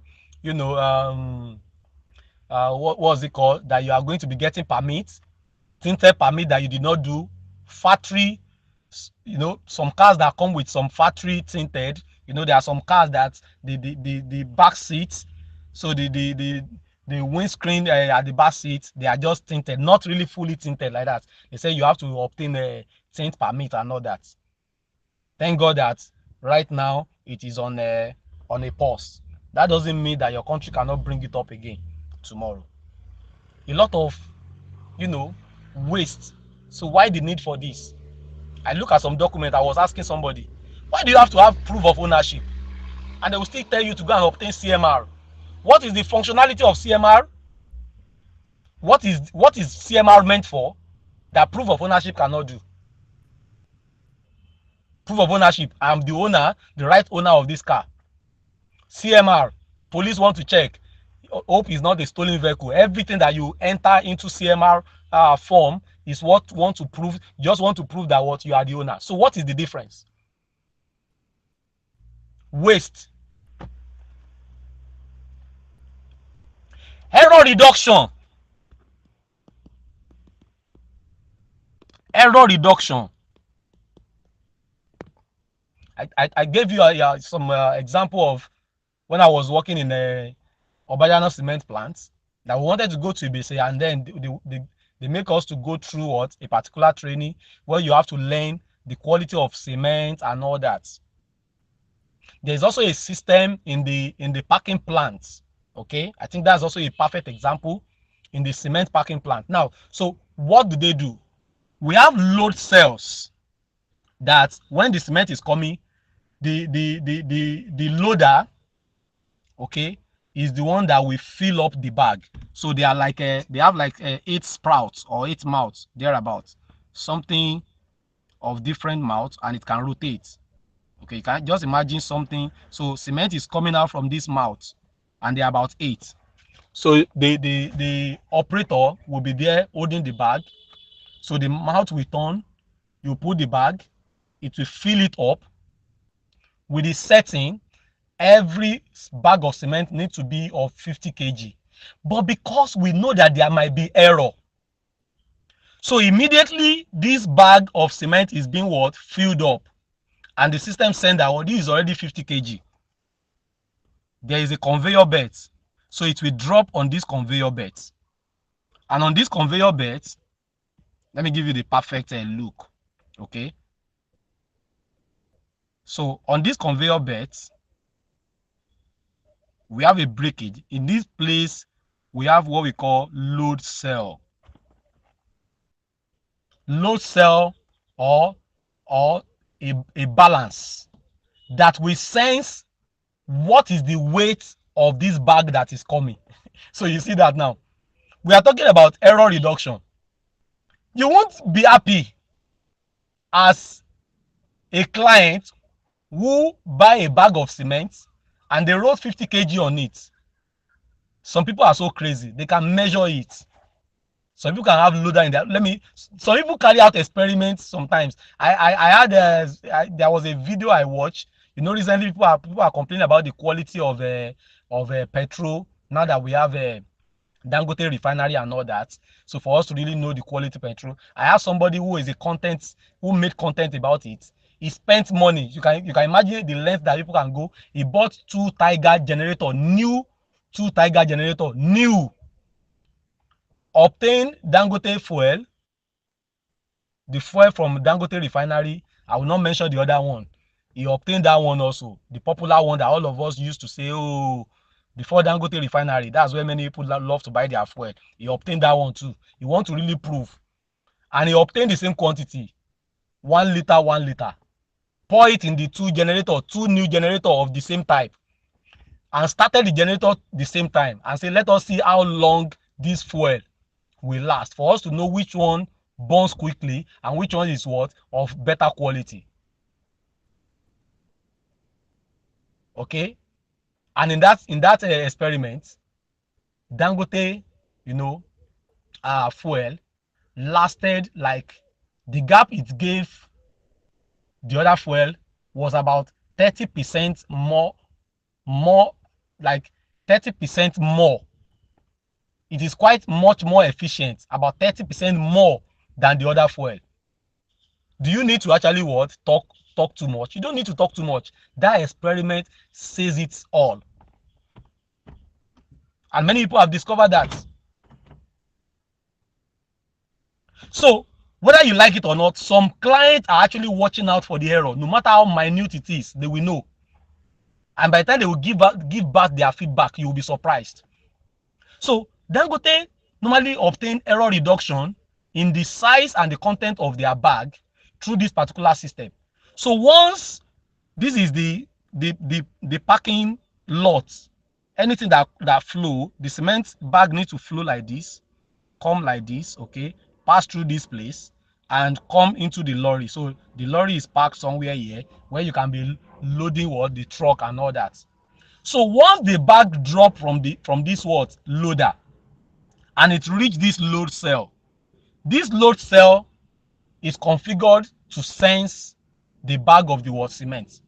If the bag of this cement, if the load cell is reading that it is 48 kg, below 50 kg that is required, that bag will not pass through. It will open a chute. There's a chute under it. It will open a chute like a gate. It will open that gate and that bag will drop inside. There is a destroyer inside this chute that will tear the bag. It will tear it, collect the material into another bed and return it to be filled again. No waste. You see that? They actually are attacking error reduction and they are attacking waste also. The cement inside this will not waste. The chute has a destroyer that will tear the bag. It will only tear the bag, collect the cement inside it, put it inside another bed. That bed will return into the loader, refill it again. Only the bags that pass the weight test, 50 kg, perhaps a bit above, not below, might go through this particular loader, this particular bed, and go into the truck for you to be loaded. If the cement is more than 50 kg, it will destroy it. If the cement is below, it will destroy it. This is actually putting the loader in check. Have we really done the setting to ensure that this loader fill 50 kg? Yes. But there is a room for error. And in order to reduce this error, this system was put in place. So you can see, that kind of system must be in every process in a company. Complaint reduction. The fourth one is that we want to reduce the level of complaints. That is why we must focus on quality. Complaint reduction. There must be a reduction in the level of how people complain. We are not saying that some people will not complain. There are some clients that are difficult to actually satisfy. They will come back to complain. But you must have you must have minority of them. Not that out of every 10 clients that you have, 6 of them will come back complaining. There is a problem with what? Your quality, your company. Staff turnover. How many people, how many staff are leaving your company every year? When you see company that every time you always see vacancy, if you love your career, you should never apply there, except that you are desperate to just get anyhow job. Why do you see that there are some companies that you hardly see their advert out there? Because their staff turnover is very, very low. The rate at which your staff leave the company is quite low. Everybody want to retain that job because of their what? Welfare package, how they take care of their what? Staff. Nobody want to leave. I know of some company that, you know, people even don't pray that they should reach the retirement age because of the benefit and how well, you know, taking care of their let me give you an example. The day I visited the Nestle company at Agbara, I don't know if they still serve their staff like that again. This has been years back. Okay. Look at, you know, as a staff member, you are going to work and you're not bothered about your lunch. Do you know that kind of motivation? In fact, the system then, I don't know now. We now have inflation. I don't know if they are still maintaining it. It is a system of serve yourself. Even as a guest, I was allowed in to go and serve myself and look at varieties of, you know, meal that you can take. Check their staff benefits. Okay? Check how they do things. So there are companies like that despite the way you complain that, oh, you know, many companies are not even respecting their staff, they don't value them. There are companies that still value their staff, and because of that, they have low staff turnover,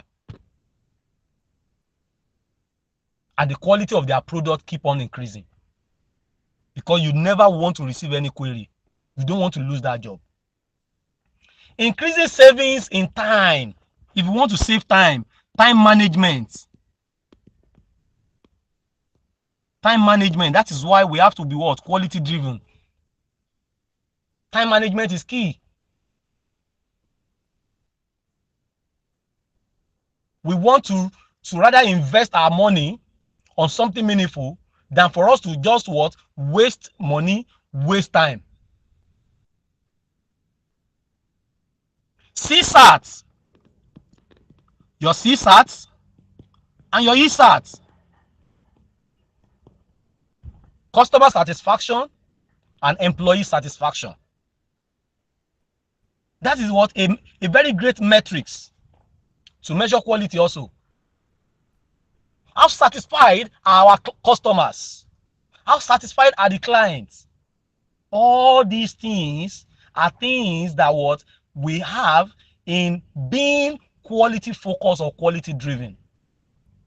In order to do this, then we need a tool that can overhaul the system, which is what? leanSixSigma. So thank you. If you have been with me all the way, I think I've spent nearly 2 hours analyzing this, and I'm so excited doing this with you. So leanSixSigma is a training, a tool that combines 2 powerful tools together. That's the lean management and the Six Sigma. We'll begin with this tomorrow for us to really see what is the concept of lean management itself. What is the concept of Six Sigma? They are 2 different, distinct tools. So you can now imagine when these 2 powerful tools are now combined. Why do we have to have them combined? We need to look at that. What is the methodology of lean management? And what is the methodology of Six Sigma? What is it addressing? We have talked about, you know, 2 distinct things. 2 distinct things that we have talked about are waste, We want to deal with waste in the process, and we want to deal with variability, which we can otherwise call error, defect. Which aspect of these two deal with that? We'll look at it, the benefit, and how to properly put them into use. And possibly we'll look at some practical scenarios. Of course, in all my training, you know, I'm filled with illustrations. I love illustrations a lot. We have to look at some illustrations, even with the effort of many of us that will be on training. We'll look at you don't need to mention name, practical things that you carry out in your company. Okay, these are the things that you do. How can we use Lean Six Sigma to overhaul the system, to make it better, to reduce this that you are wasting effort on, either wasting money, either wasting time, and to actually what? Correct defects that you may have in the system. So let me stop here for today. Thank you for being with us in today's training. Over to you, Mr. Moderator. Thank you so much. All right. Thank you very much, Mr. James. Funny, that was the quite very intensive and engaging class. Okay, yes. It's very necessary that we form the foundation upon which we are going to build upon. And I really love the methodology of delivery by our resource person, Mr. James Fanny. Many thanks to you. All right, so time is fast spent. Let's quickly go straight to questions. Please, if you have your questions, just signify by raising up your hand, so I'll call on you so you can ask your question. So please, those on the YouTube platform as well, please drop your questions in the comment section. If we are unable to take all the questions because of the time, we would do well to maybe respond to them on the WhatsApp platform, or perhaps take it in tomorrow's class. All right, so this training is scheduled for today and tomorrow. And like I did mention at the start of the class, the training is in categories. We have, I think, 5 or 6 distinct categories for the Lean Six Sigma course. In tomorrow's class, we will get to know more about that. All right. Okay, so let's go straight to questions.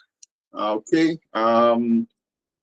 Okay, I can see Titi Layo, Uluyemi's hand. Titi Layo, please, you can unmute your mic and ask your question. Yeah, all right. Thank you so much. I will give kudos to Mr. James for really give a full insight of so many things around an organization. We can't flog it all. We all know what is happening around, and with the illustration he even gave to shows some level of wastage even in our country, Nigeria.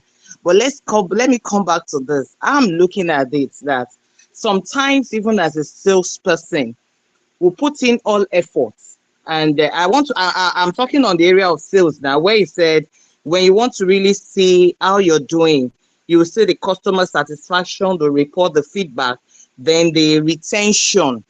I'm particular about retention. There are some customers you treat so well, and the relationship is so good.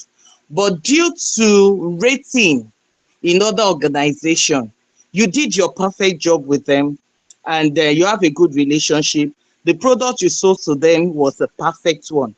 But because let me say maybe the regulatory body is not controlling the rating, and we all know Nigerians, when MTN came in, everybody rushed in. When Glo came, we moved to Glo because everybody will come with their own packages just to reduce some of those funds. So in that situation that the customers see a better rating and he moves, will I say that it's the salesperson that didn't retain the customer? Because I can't, how do I put it now? I'm not the owner of the organization. You know, you've played your own part and all that. So in that area, I want him to throw more light. Then secondly, we know in Nigerians that people run away for some changes. Now that it's digital, and most companies are going into digital, and you'll still find some Nigerians finding it difficult to go online, do 3 minutes and let it go. Some will tell you, until you come to my office to pick the check. Some people don't still want to transfer. In that area, in this our meeting or this training, I want him to throw more light how you can handle that, so you won't look as if you're not trending or you're not going with the digital or the environment just to boost, because we're all here to learn and to improve in our sales. So I want Mr. James to really throw more light to that. Thank you so much. I appreciate your training. God bless. All right. Thank you very much for your question. So quickly, Mr. James, let me bring you back on so you can respond to the question within the next 1 minute, if you can, sir. Thank you very much, sir. Mr. James, over to you. Is that the only question we have? Yes, and one more from the YouTube participants. This from Success Adebayo. He's saying, what can we say about the folding up of La Casera company products? And what are the mistakes made that we can learn from? All right. Okay. So I think this question, it's a very, we have to know, the intricacies of, what really warrants they folding up before we can give a better answer to this question. But that's the question actually. Now, what can we say about the folding up of La Casera company products, and what are the mistakes that we can learn from? But I still see La Casera products all around, so I'm not sure of the folding up. All right, that's the question, sir. So please kindly respond to Titilayo's question first. Okay. Let me. I have question. Okay. All right, like I mentioned, if you have a question, signify by reason of your answer. I'm only calling those who signified. So sorry, the person who spoke now. So you can signify maybe after I deal with this. I will just try to manage the time. Mr. All right, please go ahead, sir. I play with. So thank you so much, Titilayo, for your question. So let me just help in highlighting some things that affect customer retention. Okay, there are factors that contribute to customer retention. Okay, so we have to just look at some. So products or service quality is one of those things.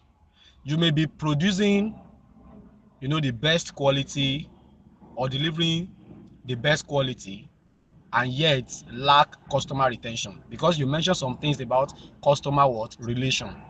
If you don't have good customer relation, if you don't have this good customer service, that can also affect your quality, the way, the perspective, that they see you. In fact, there are some people that patronize company not because they are of best quality. They just love the hype. They just love the way they are being treated. Okay, I'm somebody like that. If two people are selling markets and you are so saucy the way you talk, no matter how good your product is, I may go to where I'm being celebrated. Okay, where somebody will say, thank you so much for your patronage yesterday. Thank you for coming. God will continue to bless you. You will not lack and everything. Just because of that might be what is making me to come back, because of the relationship. Nothing really concerns you about my family. I want to buy something. You are saying, how is family? How is your day? I hope you are doing fine. So that's customer relation and all that. So we call it relationship building. You have to build relationship. Now, what is the value perception? How do you make your customer to feel? Because sometimes you have to emphasize on your value. You have to let people have a good perception about the value of your product. They have to have a good perception. I'll give you some example. Look at Dettol. Dettol make us to really understand that what Dettol is actually being used for. Like the way they show you Dettol as if there is no germs in this world that can even seen and unseen, it will kill it.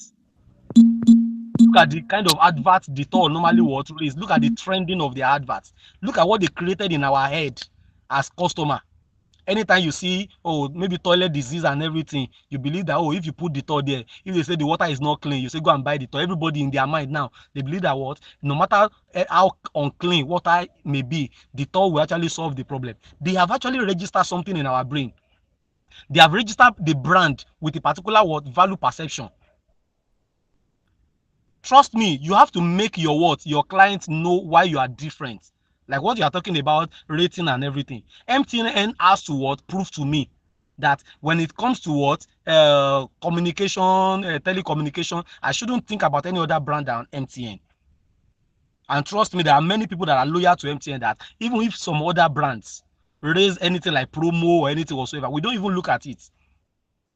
And there are some people that are with Etisalat like that, some people are with Glow like that, some people are with Airtel like that. They are just addicted to it because they have registered a particular value. What MTN will tell you is that everywhere you go, look at that slogan. So you believe that even if you want to enter into the pit, MTN network will be there. Is it so most of the time? Have you not experienced some itch in one way or the other? But in your mind, You just believe that what MTN is what everywhere you go, because that's what they have registered in your brain. How do you communicate with what staff? Like we are talking about sales. Sales is about communication. Sometimes it's about what you say and what they actually what reason out. It's all encompassing. It's just like I want to deliver training on what sales when it comes to what retaining somebody. So there are a lot of things that affect client retention, like I'm saying, not just the quality, not just because you are treating the person well. How well do you check back on your customers? Even when you don't have any product, how well do you check back on them and remind them that it's been a while that they patronize you? How well do you address as a company and move with the trend? You don't just say maybe yes, you may be in a country where they lack regulation and everything. Look at your rivalry company and ride on their weaknesses, because they also are watching you to ride on your weaknesses. You may not be able to retain 100% of your clients, but what actually give you a pass mark in your client retention is if the rate of your customer turnover is actually encouraging, if it's low, if many of them are not stopping to patronize you, such that you will not be you will lack customers. You have to be running a tasketer to get new sales. The market has to be established that when you bring it out, you have people that are already waiting to have you supply them. The support you give to your clients, speak about the second one that you talk about when it comes to the website and everything. You have to educate. Many companies don't spend time to educate.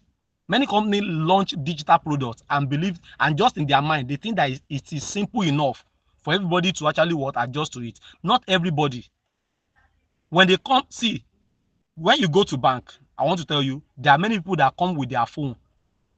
The customer care will be the one to they will be the one to go to help them to go to their Google Play Store. I've seen it several times. They will show them how to download it. You can imagine how laborious that may be, but you may have to go to that length.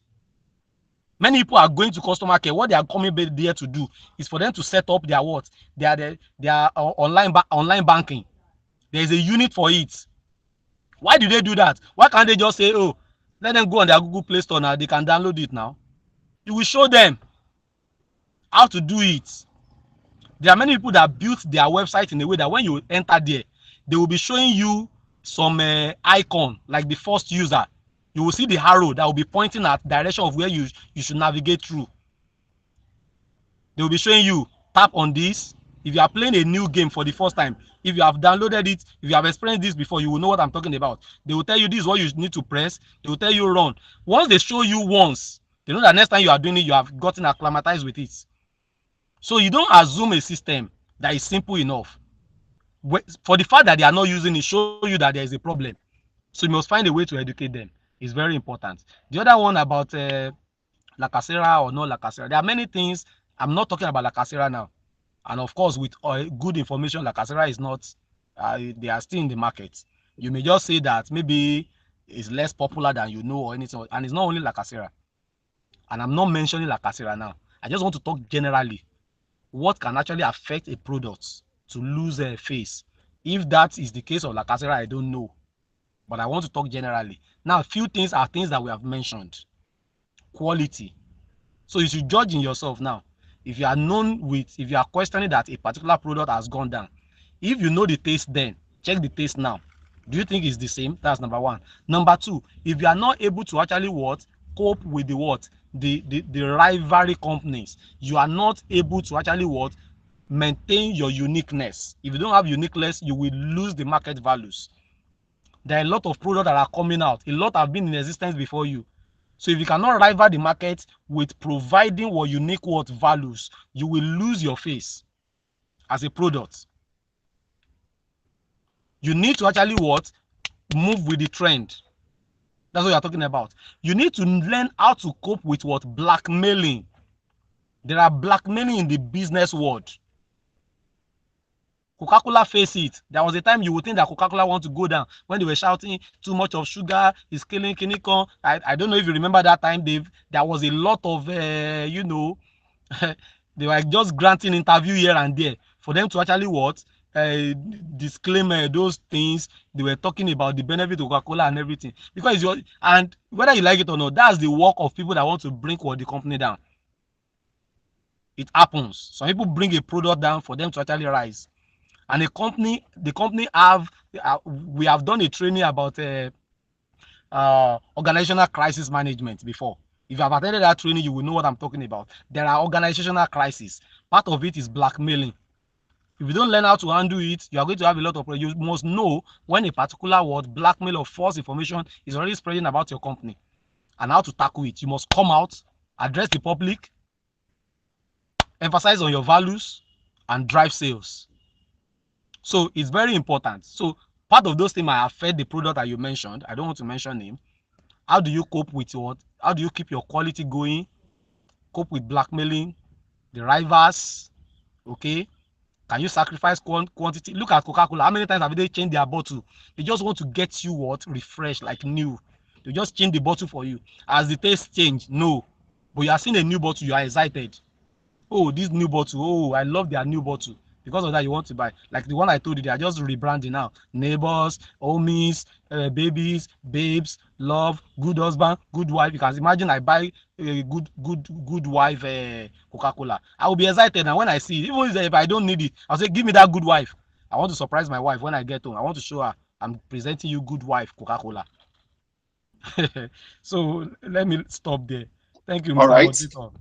All right. Thank you very much, sir. Yes, Bando Musai, I've seen your question, but because of our time, we won't be taking your question in this live class. So please, what we are going to do is we'll take your question in tomorrow's class. So please, I will note down your question. So while the class is by the end of tomorrow's class, we'll take it alongside other questions. So please, we are sorry for exceeding the allotted time, which is 4 o'clock. So I crave your indulgence for that. All right. So on that note, I want to say a very big thank you to everyone for being a part of this training session. All right. So at the end of tomorrow's class, there's going to be an assessment. So everything you have been trained on for this category of this training, you are going to be assessed on it. So please, let's prepare our minds for that.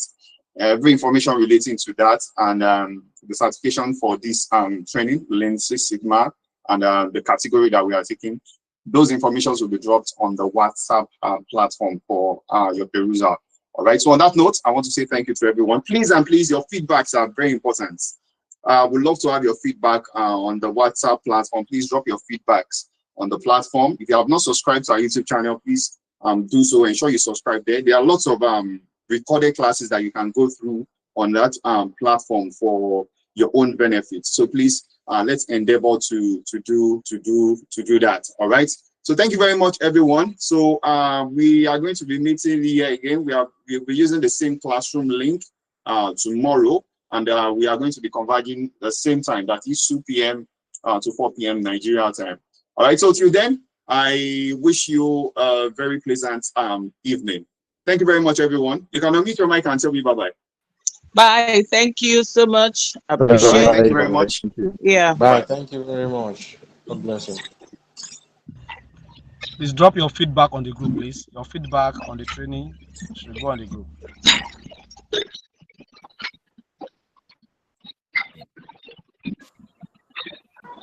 Thank you, sir. Bye. Bye-bye.